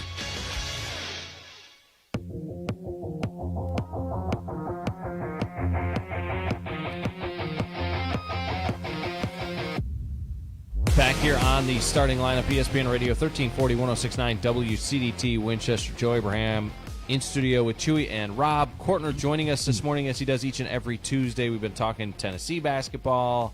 We're going to switch gears and talk a little bit of March Madness in just a general regard with the Final Four coming up. We'll talk about that in just a second. But first, I got to address something. How do you know that Chewy is running the scroll at the bottom without me telling you that Chewy is running the scroll at the bottom? Will Joe overtake the big dog this weekend? Question mark. It's not a question of if. It's just when, my friend. It's just when. So I am offended, personally. That was Johnny, not me. Really? Johnny's been the one who has been changing the scroll text at the bottom. Johnny. Yeah. So first off, rude. Okay. Secondly, all right. I stand corrected. Shout out to Johnny. Thank you for keeping that scroll text up with us. I apologize to you, you traitor. No, I would do something far meaner. Yeah. No, I know you and Brett are already planning, which means that I need to go to the dark side and I need to get Chris Lambert, if you want to help me come up with a April Fool's. Get my mom on it. joke. She would love to do something with you. Yeah. I'm anybody who wants to help me prank Chewy. Mom and Tori both. My dad. You kidding me? I need something diabolical. Yeah, they're on it. Don't worry. All right. So, Rob, in looking at the Final Four, from my perspective, not a whole lot of surprises. I got 3 out of 4 teams remaining there. Do they still do the bracket challenge after the first weekend? Just asking for a friend. No, so in looking at this thing, the big shocker from this past weekend was Duke getting knocked out in an absolute miracle kind of situation for UConn. I'd like to get your opinion on what the hell Duke was doing with the ball towards the end of the game and how they put themselves in that position in the first place. Yeah, I mean, you really got to tip your hat to Darren Huller and UConn. I mean, they just never quit, and that's kind of been the identity of this team all season. I don't think this UConn team is anywhere near the 2 teams that were able to win a national championship the last few years, but you look at some of the games that they've won that they've been able to grind out. I mean, they beat Florida this year in a close one. Mm-hmm. They kind of just punked Illinois earlier in the season. I honestly think they've already overachieved there, and taking down Duke there, especially, I don't know if, I mean, don't get me wrong, UConn never quit, but I also feel like Duke just took the foot off the gas, and it really came back to bite them. And that's 2 years in a row that we've seen this out of John Shire's teams. They did this against Houston last year, gave up a double-digit lead, and then against UConn this year. So that might be something to look at for Shire and Duke in the next couple years, because, as you've mentioned on the show, I think on paper they are the most talented team and way more talented than this UConn team. And to be up that much in the second half and to lose the ball game is just really kind of inexcusable. It's interesting that you bring that up, my friend, because that was the question that I was teasing there in the last segment. So Duke's last 4 losses, you mentioned that Houston game, they led that game 56-42 and ended up losing 70-67. They lost to Texas Tech after leading 58-41. They lost 82-81. Even that game against North Carolina earlier this year, 41-29 lead, lost 71-68, and then of course they were leading by 19 against UConn, 42-23. And I was getting text messages from people who had basically turned the game off. They had walked away from the game. And thankfully, this is one of the things technology is great of. If you didn't get the alerts from ESPN, hopefully you didn't venture too far away from the TV and you made your way back to see the end of that thing, because it was a spectacular finish. Is there something there? You mentioned Shire. Is there something there that leads to that kind of a disease, so to speak? I don't know what better word to use for it. It's a weird thing to think that they only lost 3 games this year, right? And it would be one thing if they were if one of them or 2 of them were done differently, but all 4 of these games are almost carbon copies of each other as far as jumping out to an early lead, looking dominant, looking like they were going to blow the team out of the gym, and then, I guess to your point, taking a foot off the gas? Yeah, and I think the simple answer to that with this year's team, I don't think their guard play was good enough and consistent enough. I think they just asked Cameron Boozer to do so much, this team, and especially when UConn was pressing there at the end, it almost looked like some of the guards didn't want the ball in their hands, and that's kind of a red flag. Right. They're late. I mean, basketball IQ, Caden Boozer, all you have to do is hold the ball. They're going to foul you. And your post guy is wide open on the other end of the court, but why? You don't need that. Duke would rather Caden Boozer get fouled than a post player, on the other end of the court. So I don't. Anytime you blow a big lead like that, it's your coach is going to get looked at. Yeah, you're going to get questioned. I'm sure it's a frustration statement, but I'm sure there were Duke fans saying we need to fire John Shire after this. Because really, you blow a game like that, and you're that much better than that team. That's what you think. I usually don't come up with that, but you know how fans are. They really probably don't mean that, but yeah, it and especially when it's kind of becoming a theme. I think Shire is still a really good coach, and I think he's doing a really good job there. Going in behind Coach K, one of the hardest things any coach is going to have to do in our lifetime to go follow that. I think he's done a really good job. Right. And look, this is a prime example. People like to give Rick Barnes a hard time. Say, "Oh, you've only been to one Final Four." Do you know how hard it is to get to the Final Four? Yeah. Look at that Duke team right there, man. That team was a lot better than that UConn team. But for some reason, well, that's not just for some reason. This tournament's really good because it's got all the good teams facing each other. Right. It's hard. It's not easy, and that's kind of a prime example there of Duke. And I think one thing that's kind of bit them this year and last year, I would say, is Shire's kind of.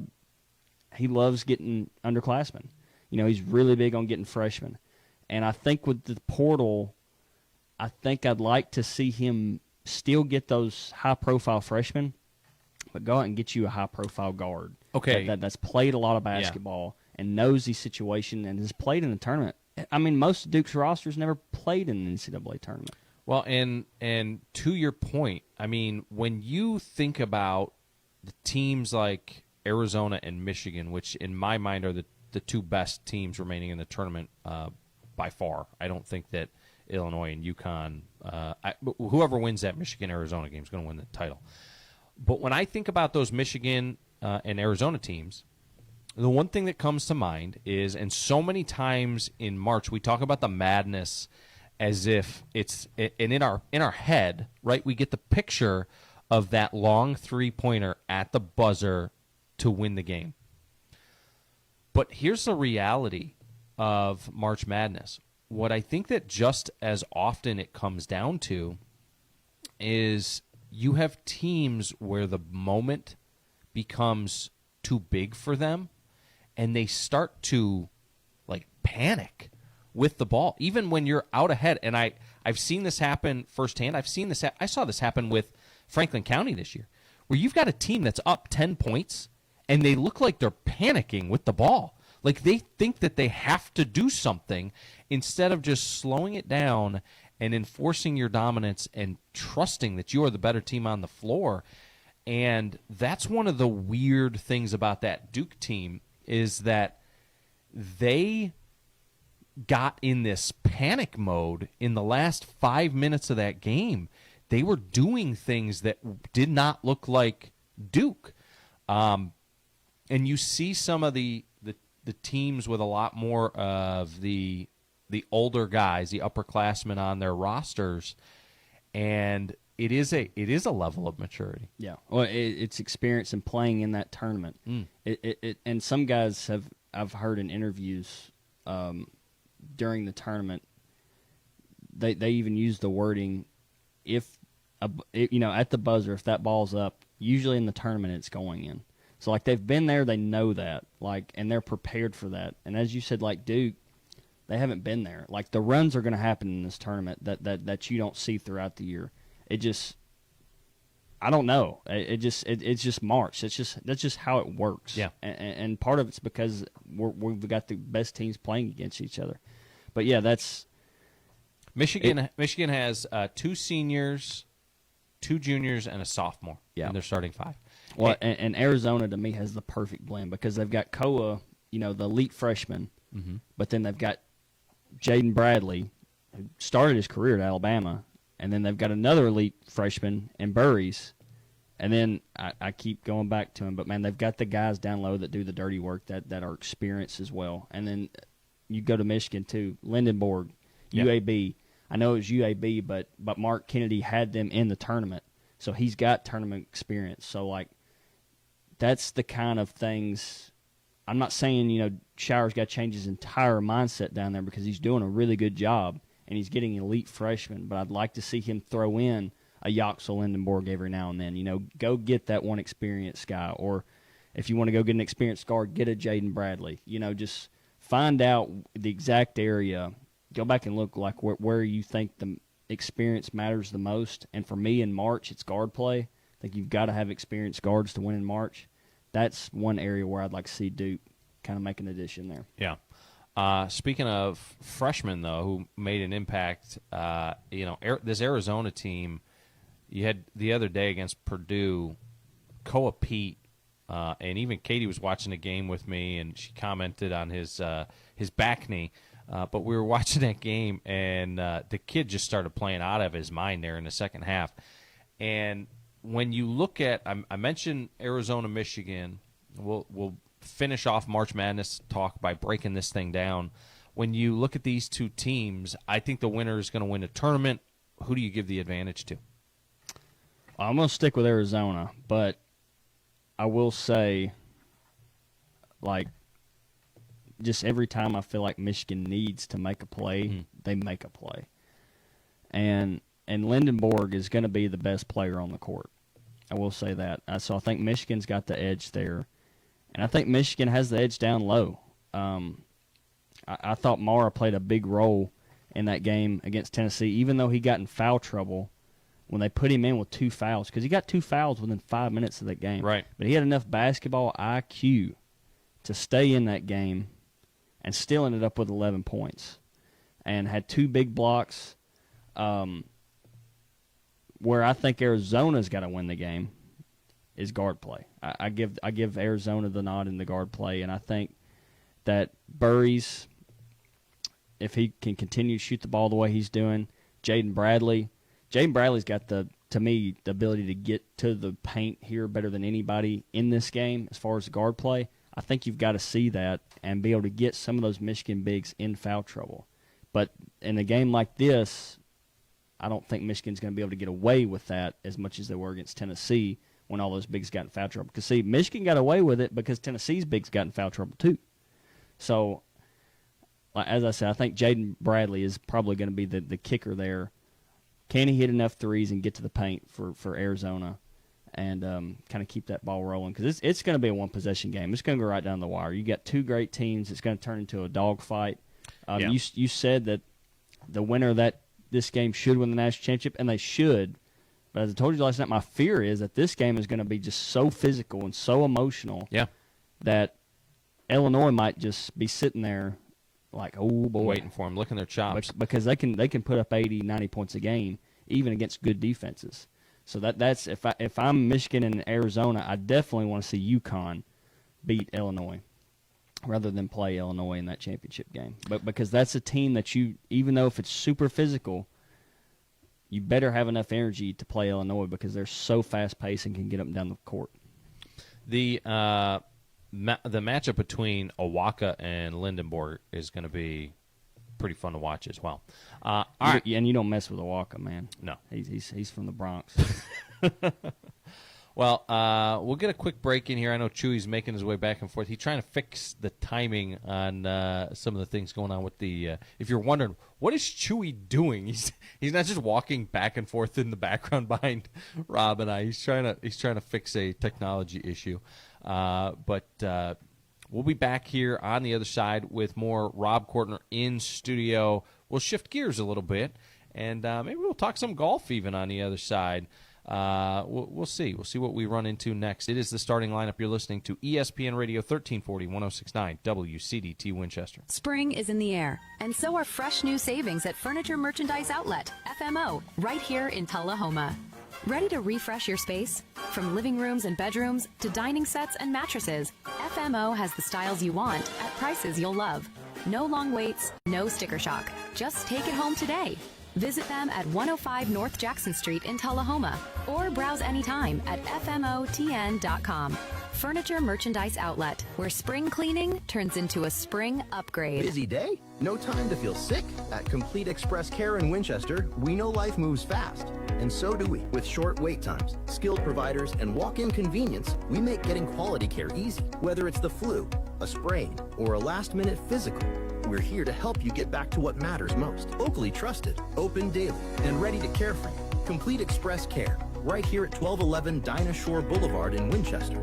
Call 931-967-6669 today to learn more. Hey folks, I'm Johnny Hand from WCDT, the home for Franklin County Athletics. From Friday Night Football to every big game in between, we're proud to bring you all the action that keeps our community cheering. Want to be part of that excitement? We'd love to talk with you about advertising and other great opportunities to support our local athletes. So give us a call today at 931-967-2201 or stop by the station at 1201 South College Street right here in Winchester. WCDT Winchester. We are Franklin County. It's time for a local news break from the 931 Go News Center. The Tullahoma News has announced it will discontinue publication of its Sunday edition and transition to a once-weekly print schedule. According to General Manager Debbie Wimsatt, the newspaper will now publish a weekly Wednesday edition, with the final Sunday edition released on March 29th. Wimsatt said the decision reflects changing reader habits and market demands, as the publication continues to deliver daily news coverage through its website. Regional editor Dwayne Sherrill assured readers that the Wednesday edition will continue to provide comprehensive local coverage for the community. In local sports, the Franklin County High School boys and girls track and field teams delivered an impressive performance while hosting a meet Saturday, recording 44 top 5 finishes. Franklin County tallied 6 first-place performances and 28 top 3 finishes in one day. One of the meet's highlights came from the boys' high jump, where Brandon Walker cleared 6 feet 8 inches to break his own school record. Walker previously set the record at 6 feet 6 inches earlier this month at Riverdale High School. In team standings, the Franklin County girls placed second out of 7 teams with 144 points, while the Rebel boys also earned a second-place finish with 167 points in a field of 5 teams. Meanwhile, the Franklin County Rebels baseball team competed in the Warrior Classic at home, dropping a pair of games Saturday. The Rebels fell 5-0 to the Lakeside Chiefs before losing a close 2-1 contest to the Cuyahoga Valley Royals in the tournament finale. With the losses, Franklin County moved to 9-6 on the season. The Rebels will look to bounce back Monday as they travel to Giles County High School. First pitch is scheduled for 6 p.m. For more local news and sports updates, visit 931go.com. Stay informed and stay connected to your community with ESPN Radio Winchester. When it comes to caring for your loved ones, choose a name you can trust. Inhabit Home Health in Winchester, located at 2068 Cowan Highway. We're here to provide compassionate professional care right in the comfort of your own home. From skilled nursing to therapy services, our team is dedicated to helping you or your loved ones achieve the best quality of life. Call Inhabit Home Health today at 931-967-0633 to learn more about our personalized care plans.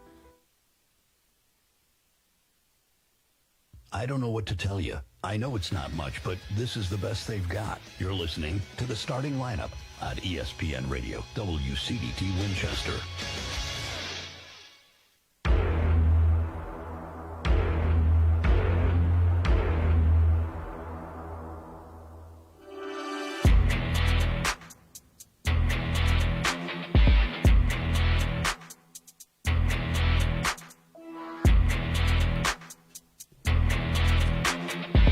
Back here on the starting lineup, ESPN Radio, 1340, 1069 WCDT Winchester. Joe Abraham alongside Chewy and Rob Courtner.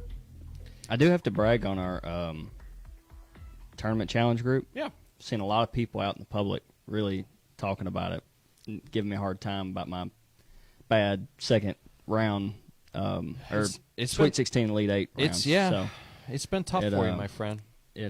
But I've enjoyed it and getting to see people, interact with us. And hey, I like to see everybody else do good. Well, I will say this. I told you when I did the guide, I was like, I will finish like last doing this. No. So it's because doing that guide and stuff. So like I'm getting the information, but that doesn't mean I'm going to interpret it right. You know what I mean? So, and I went off of this too because early on people said, well, the only reason Joe is even close to the top is because he's been riding Rob Kortner's coattails.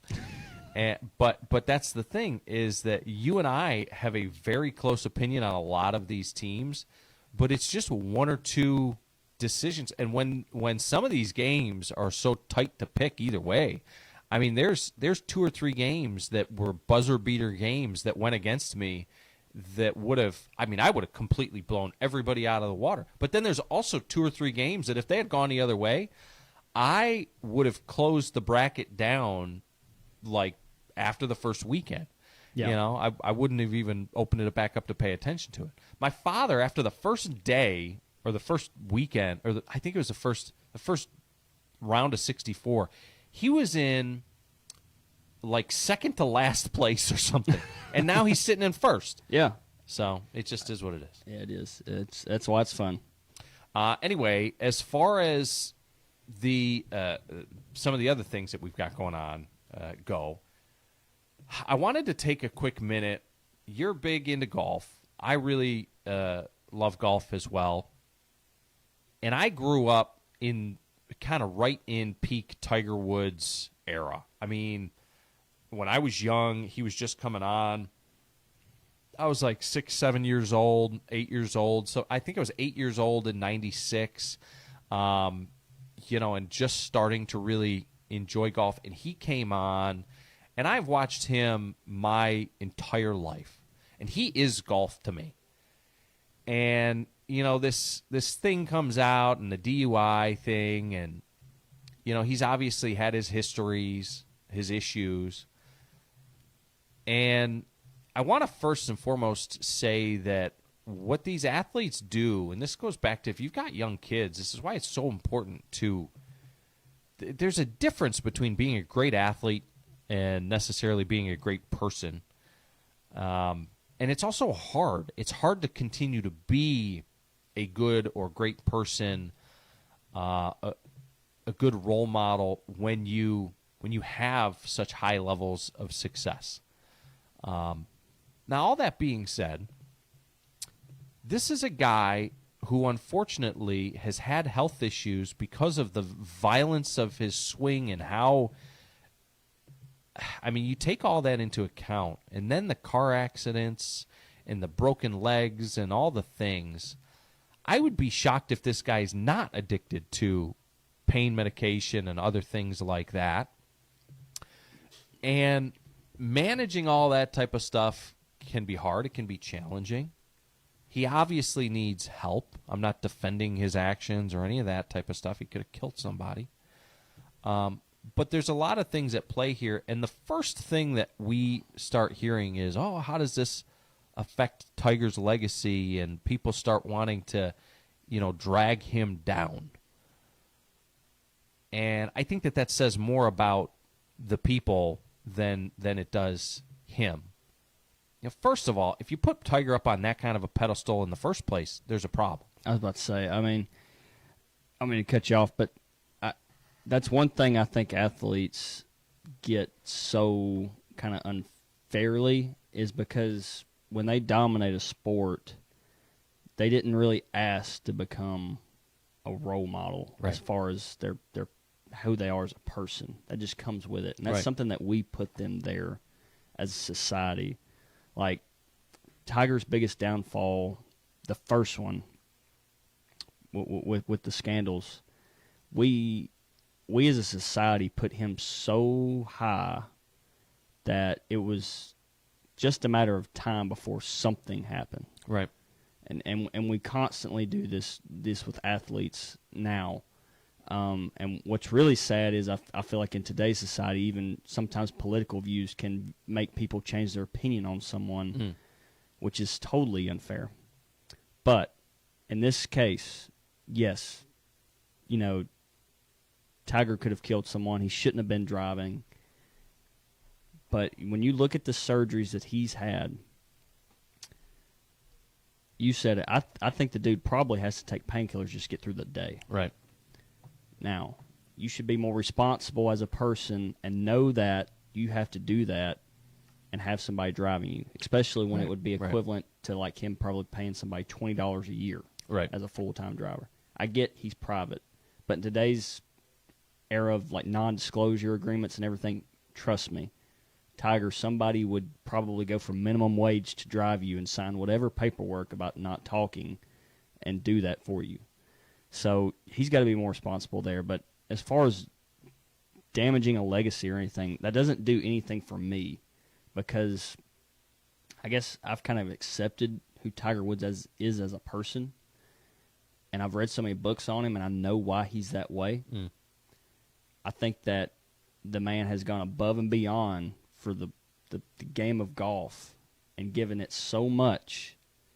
And I don't think he's done it for golf. I think he's done it because he's just that much of a competitor. And it was driven in him from an early age. His purpose is to win golf tournaments. And where I feel so bad for the guy is I think that he's at an age right now where his body won't allow him to do that. And he's going through, do I have a purpose after this? Right.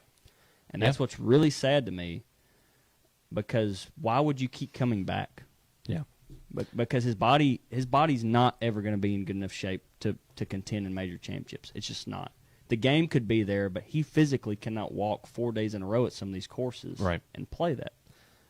Well, and on top of that, I mean, try telling him that, you know, and you can't, right? But the point is that he is in the mental state. And anybody who's rolled out of bed this morning who's like 35 years or older knows, you're like me. You roll out of bed and your mind is telling you that you can do things that your body tells you that you cannot do anymore. And mentally, he probably feels as good about his game of golf or knows more. He knows more about golf today than he's ever known, right? Because he's just got that experience that takes time, that takes years. And physically, his body is fighting back against him. And so what is an elite, massive competitor like that going to do?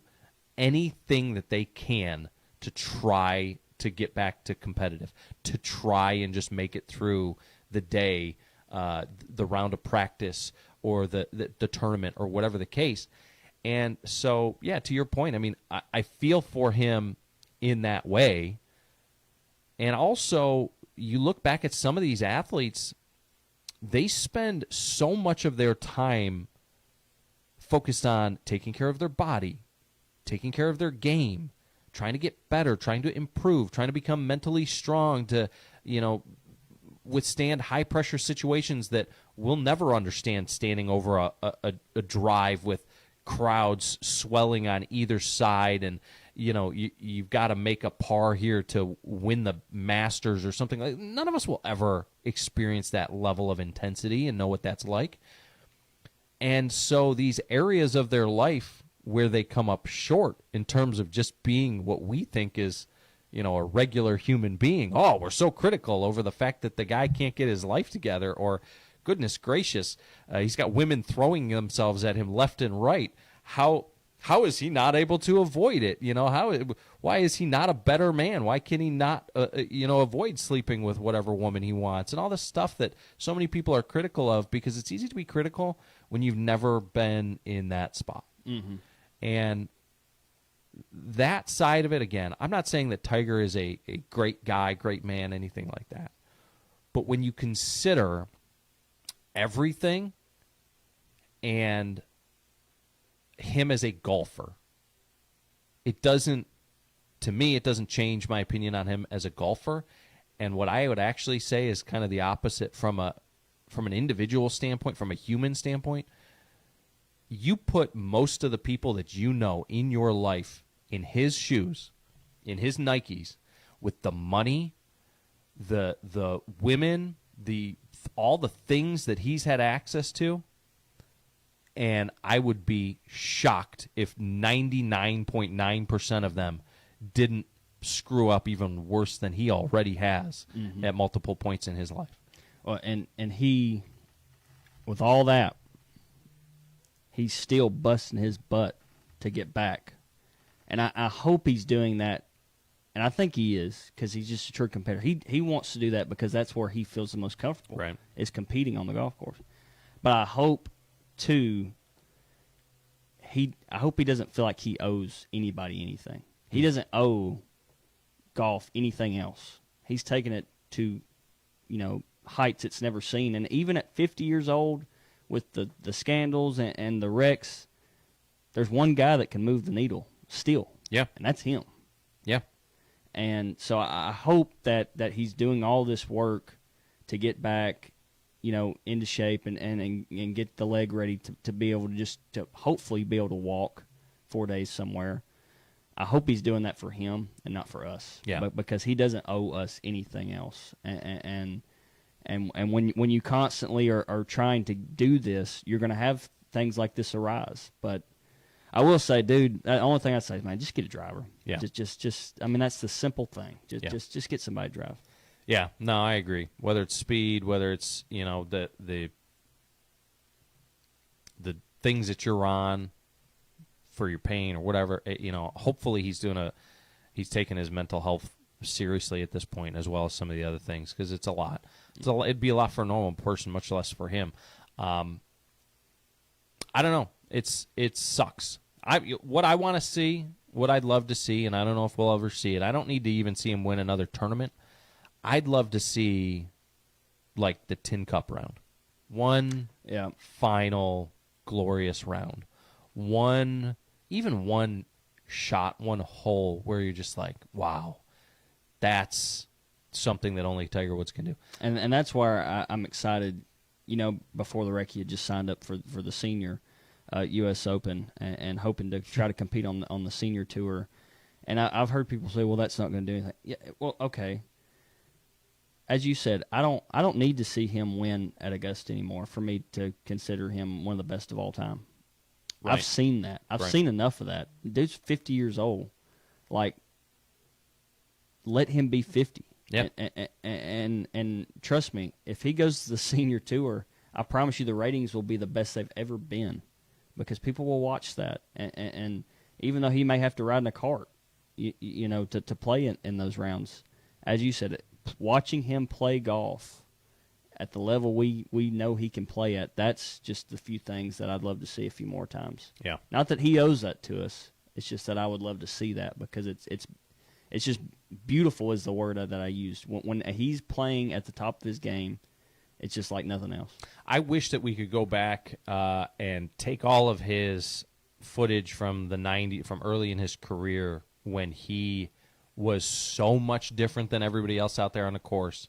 And I wish we could, like, upscale it or, clean up the footage and just rewatch his entire career in the 4K HD version and rewatch it. Because when he started out, I mean, we were watching it on a much different. I don't know if the technology has ruined that footage. If it can even be watched at high quality like that, if it's any good. But I just remember back thinking, look at all these fuddy-duddy golfers, and then there's Tiger. That dude's cool. That dude made golf cool. Anyway, all right, let's end it there. It's time for us to cut it off, as they say. Chewy, we've reached the 9 o'clock hour. They're sending us home. They're sending us packing. Reliable Rentals Swap and Shop coming up next. I really appreciate you coming in, Rob, this morning. I really appreciate your insight on Tennessee Vols athletics, as per always. And the March Madness continues on this weekend. But thank you for coming by. Yeah. Chewy, thanks for running the show. Tune in again tomorrow. It is April 1st. It is April Fool's Day. I will try not to do any kind of weird stuff. I'm not going to try and scare anybody, or, except for maybe Chewy. I'm not going to try and prank anybody. There's not going to be any weird random news that you're going to hear on the show. It's just going to be a normal Where's the Beef Wednesday. All right? Something like that. All right. For Chewy and Rob Courtner, I am Joe Abraham. This has been the Starting Lineup. You're listening to ESPN Radio 1340 1069 WCDT Winchester.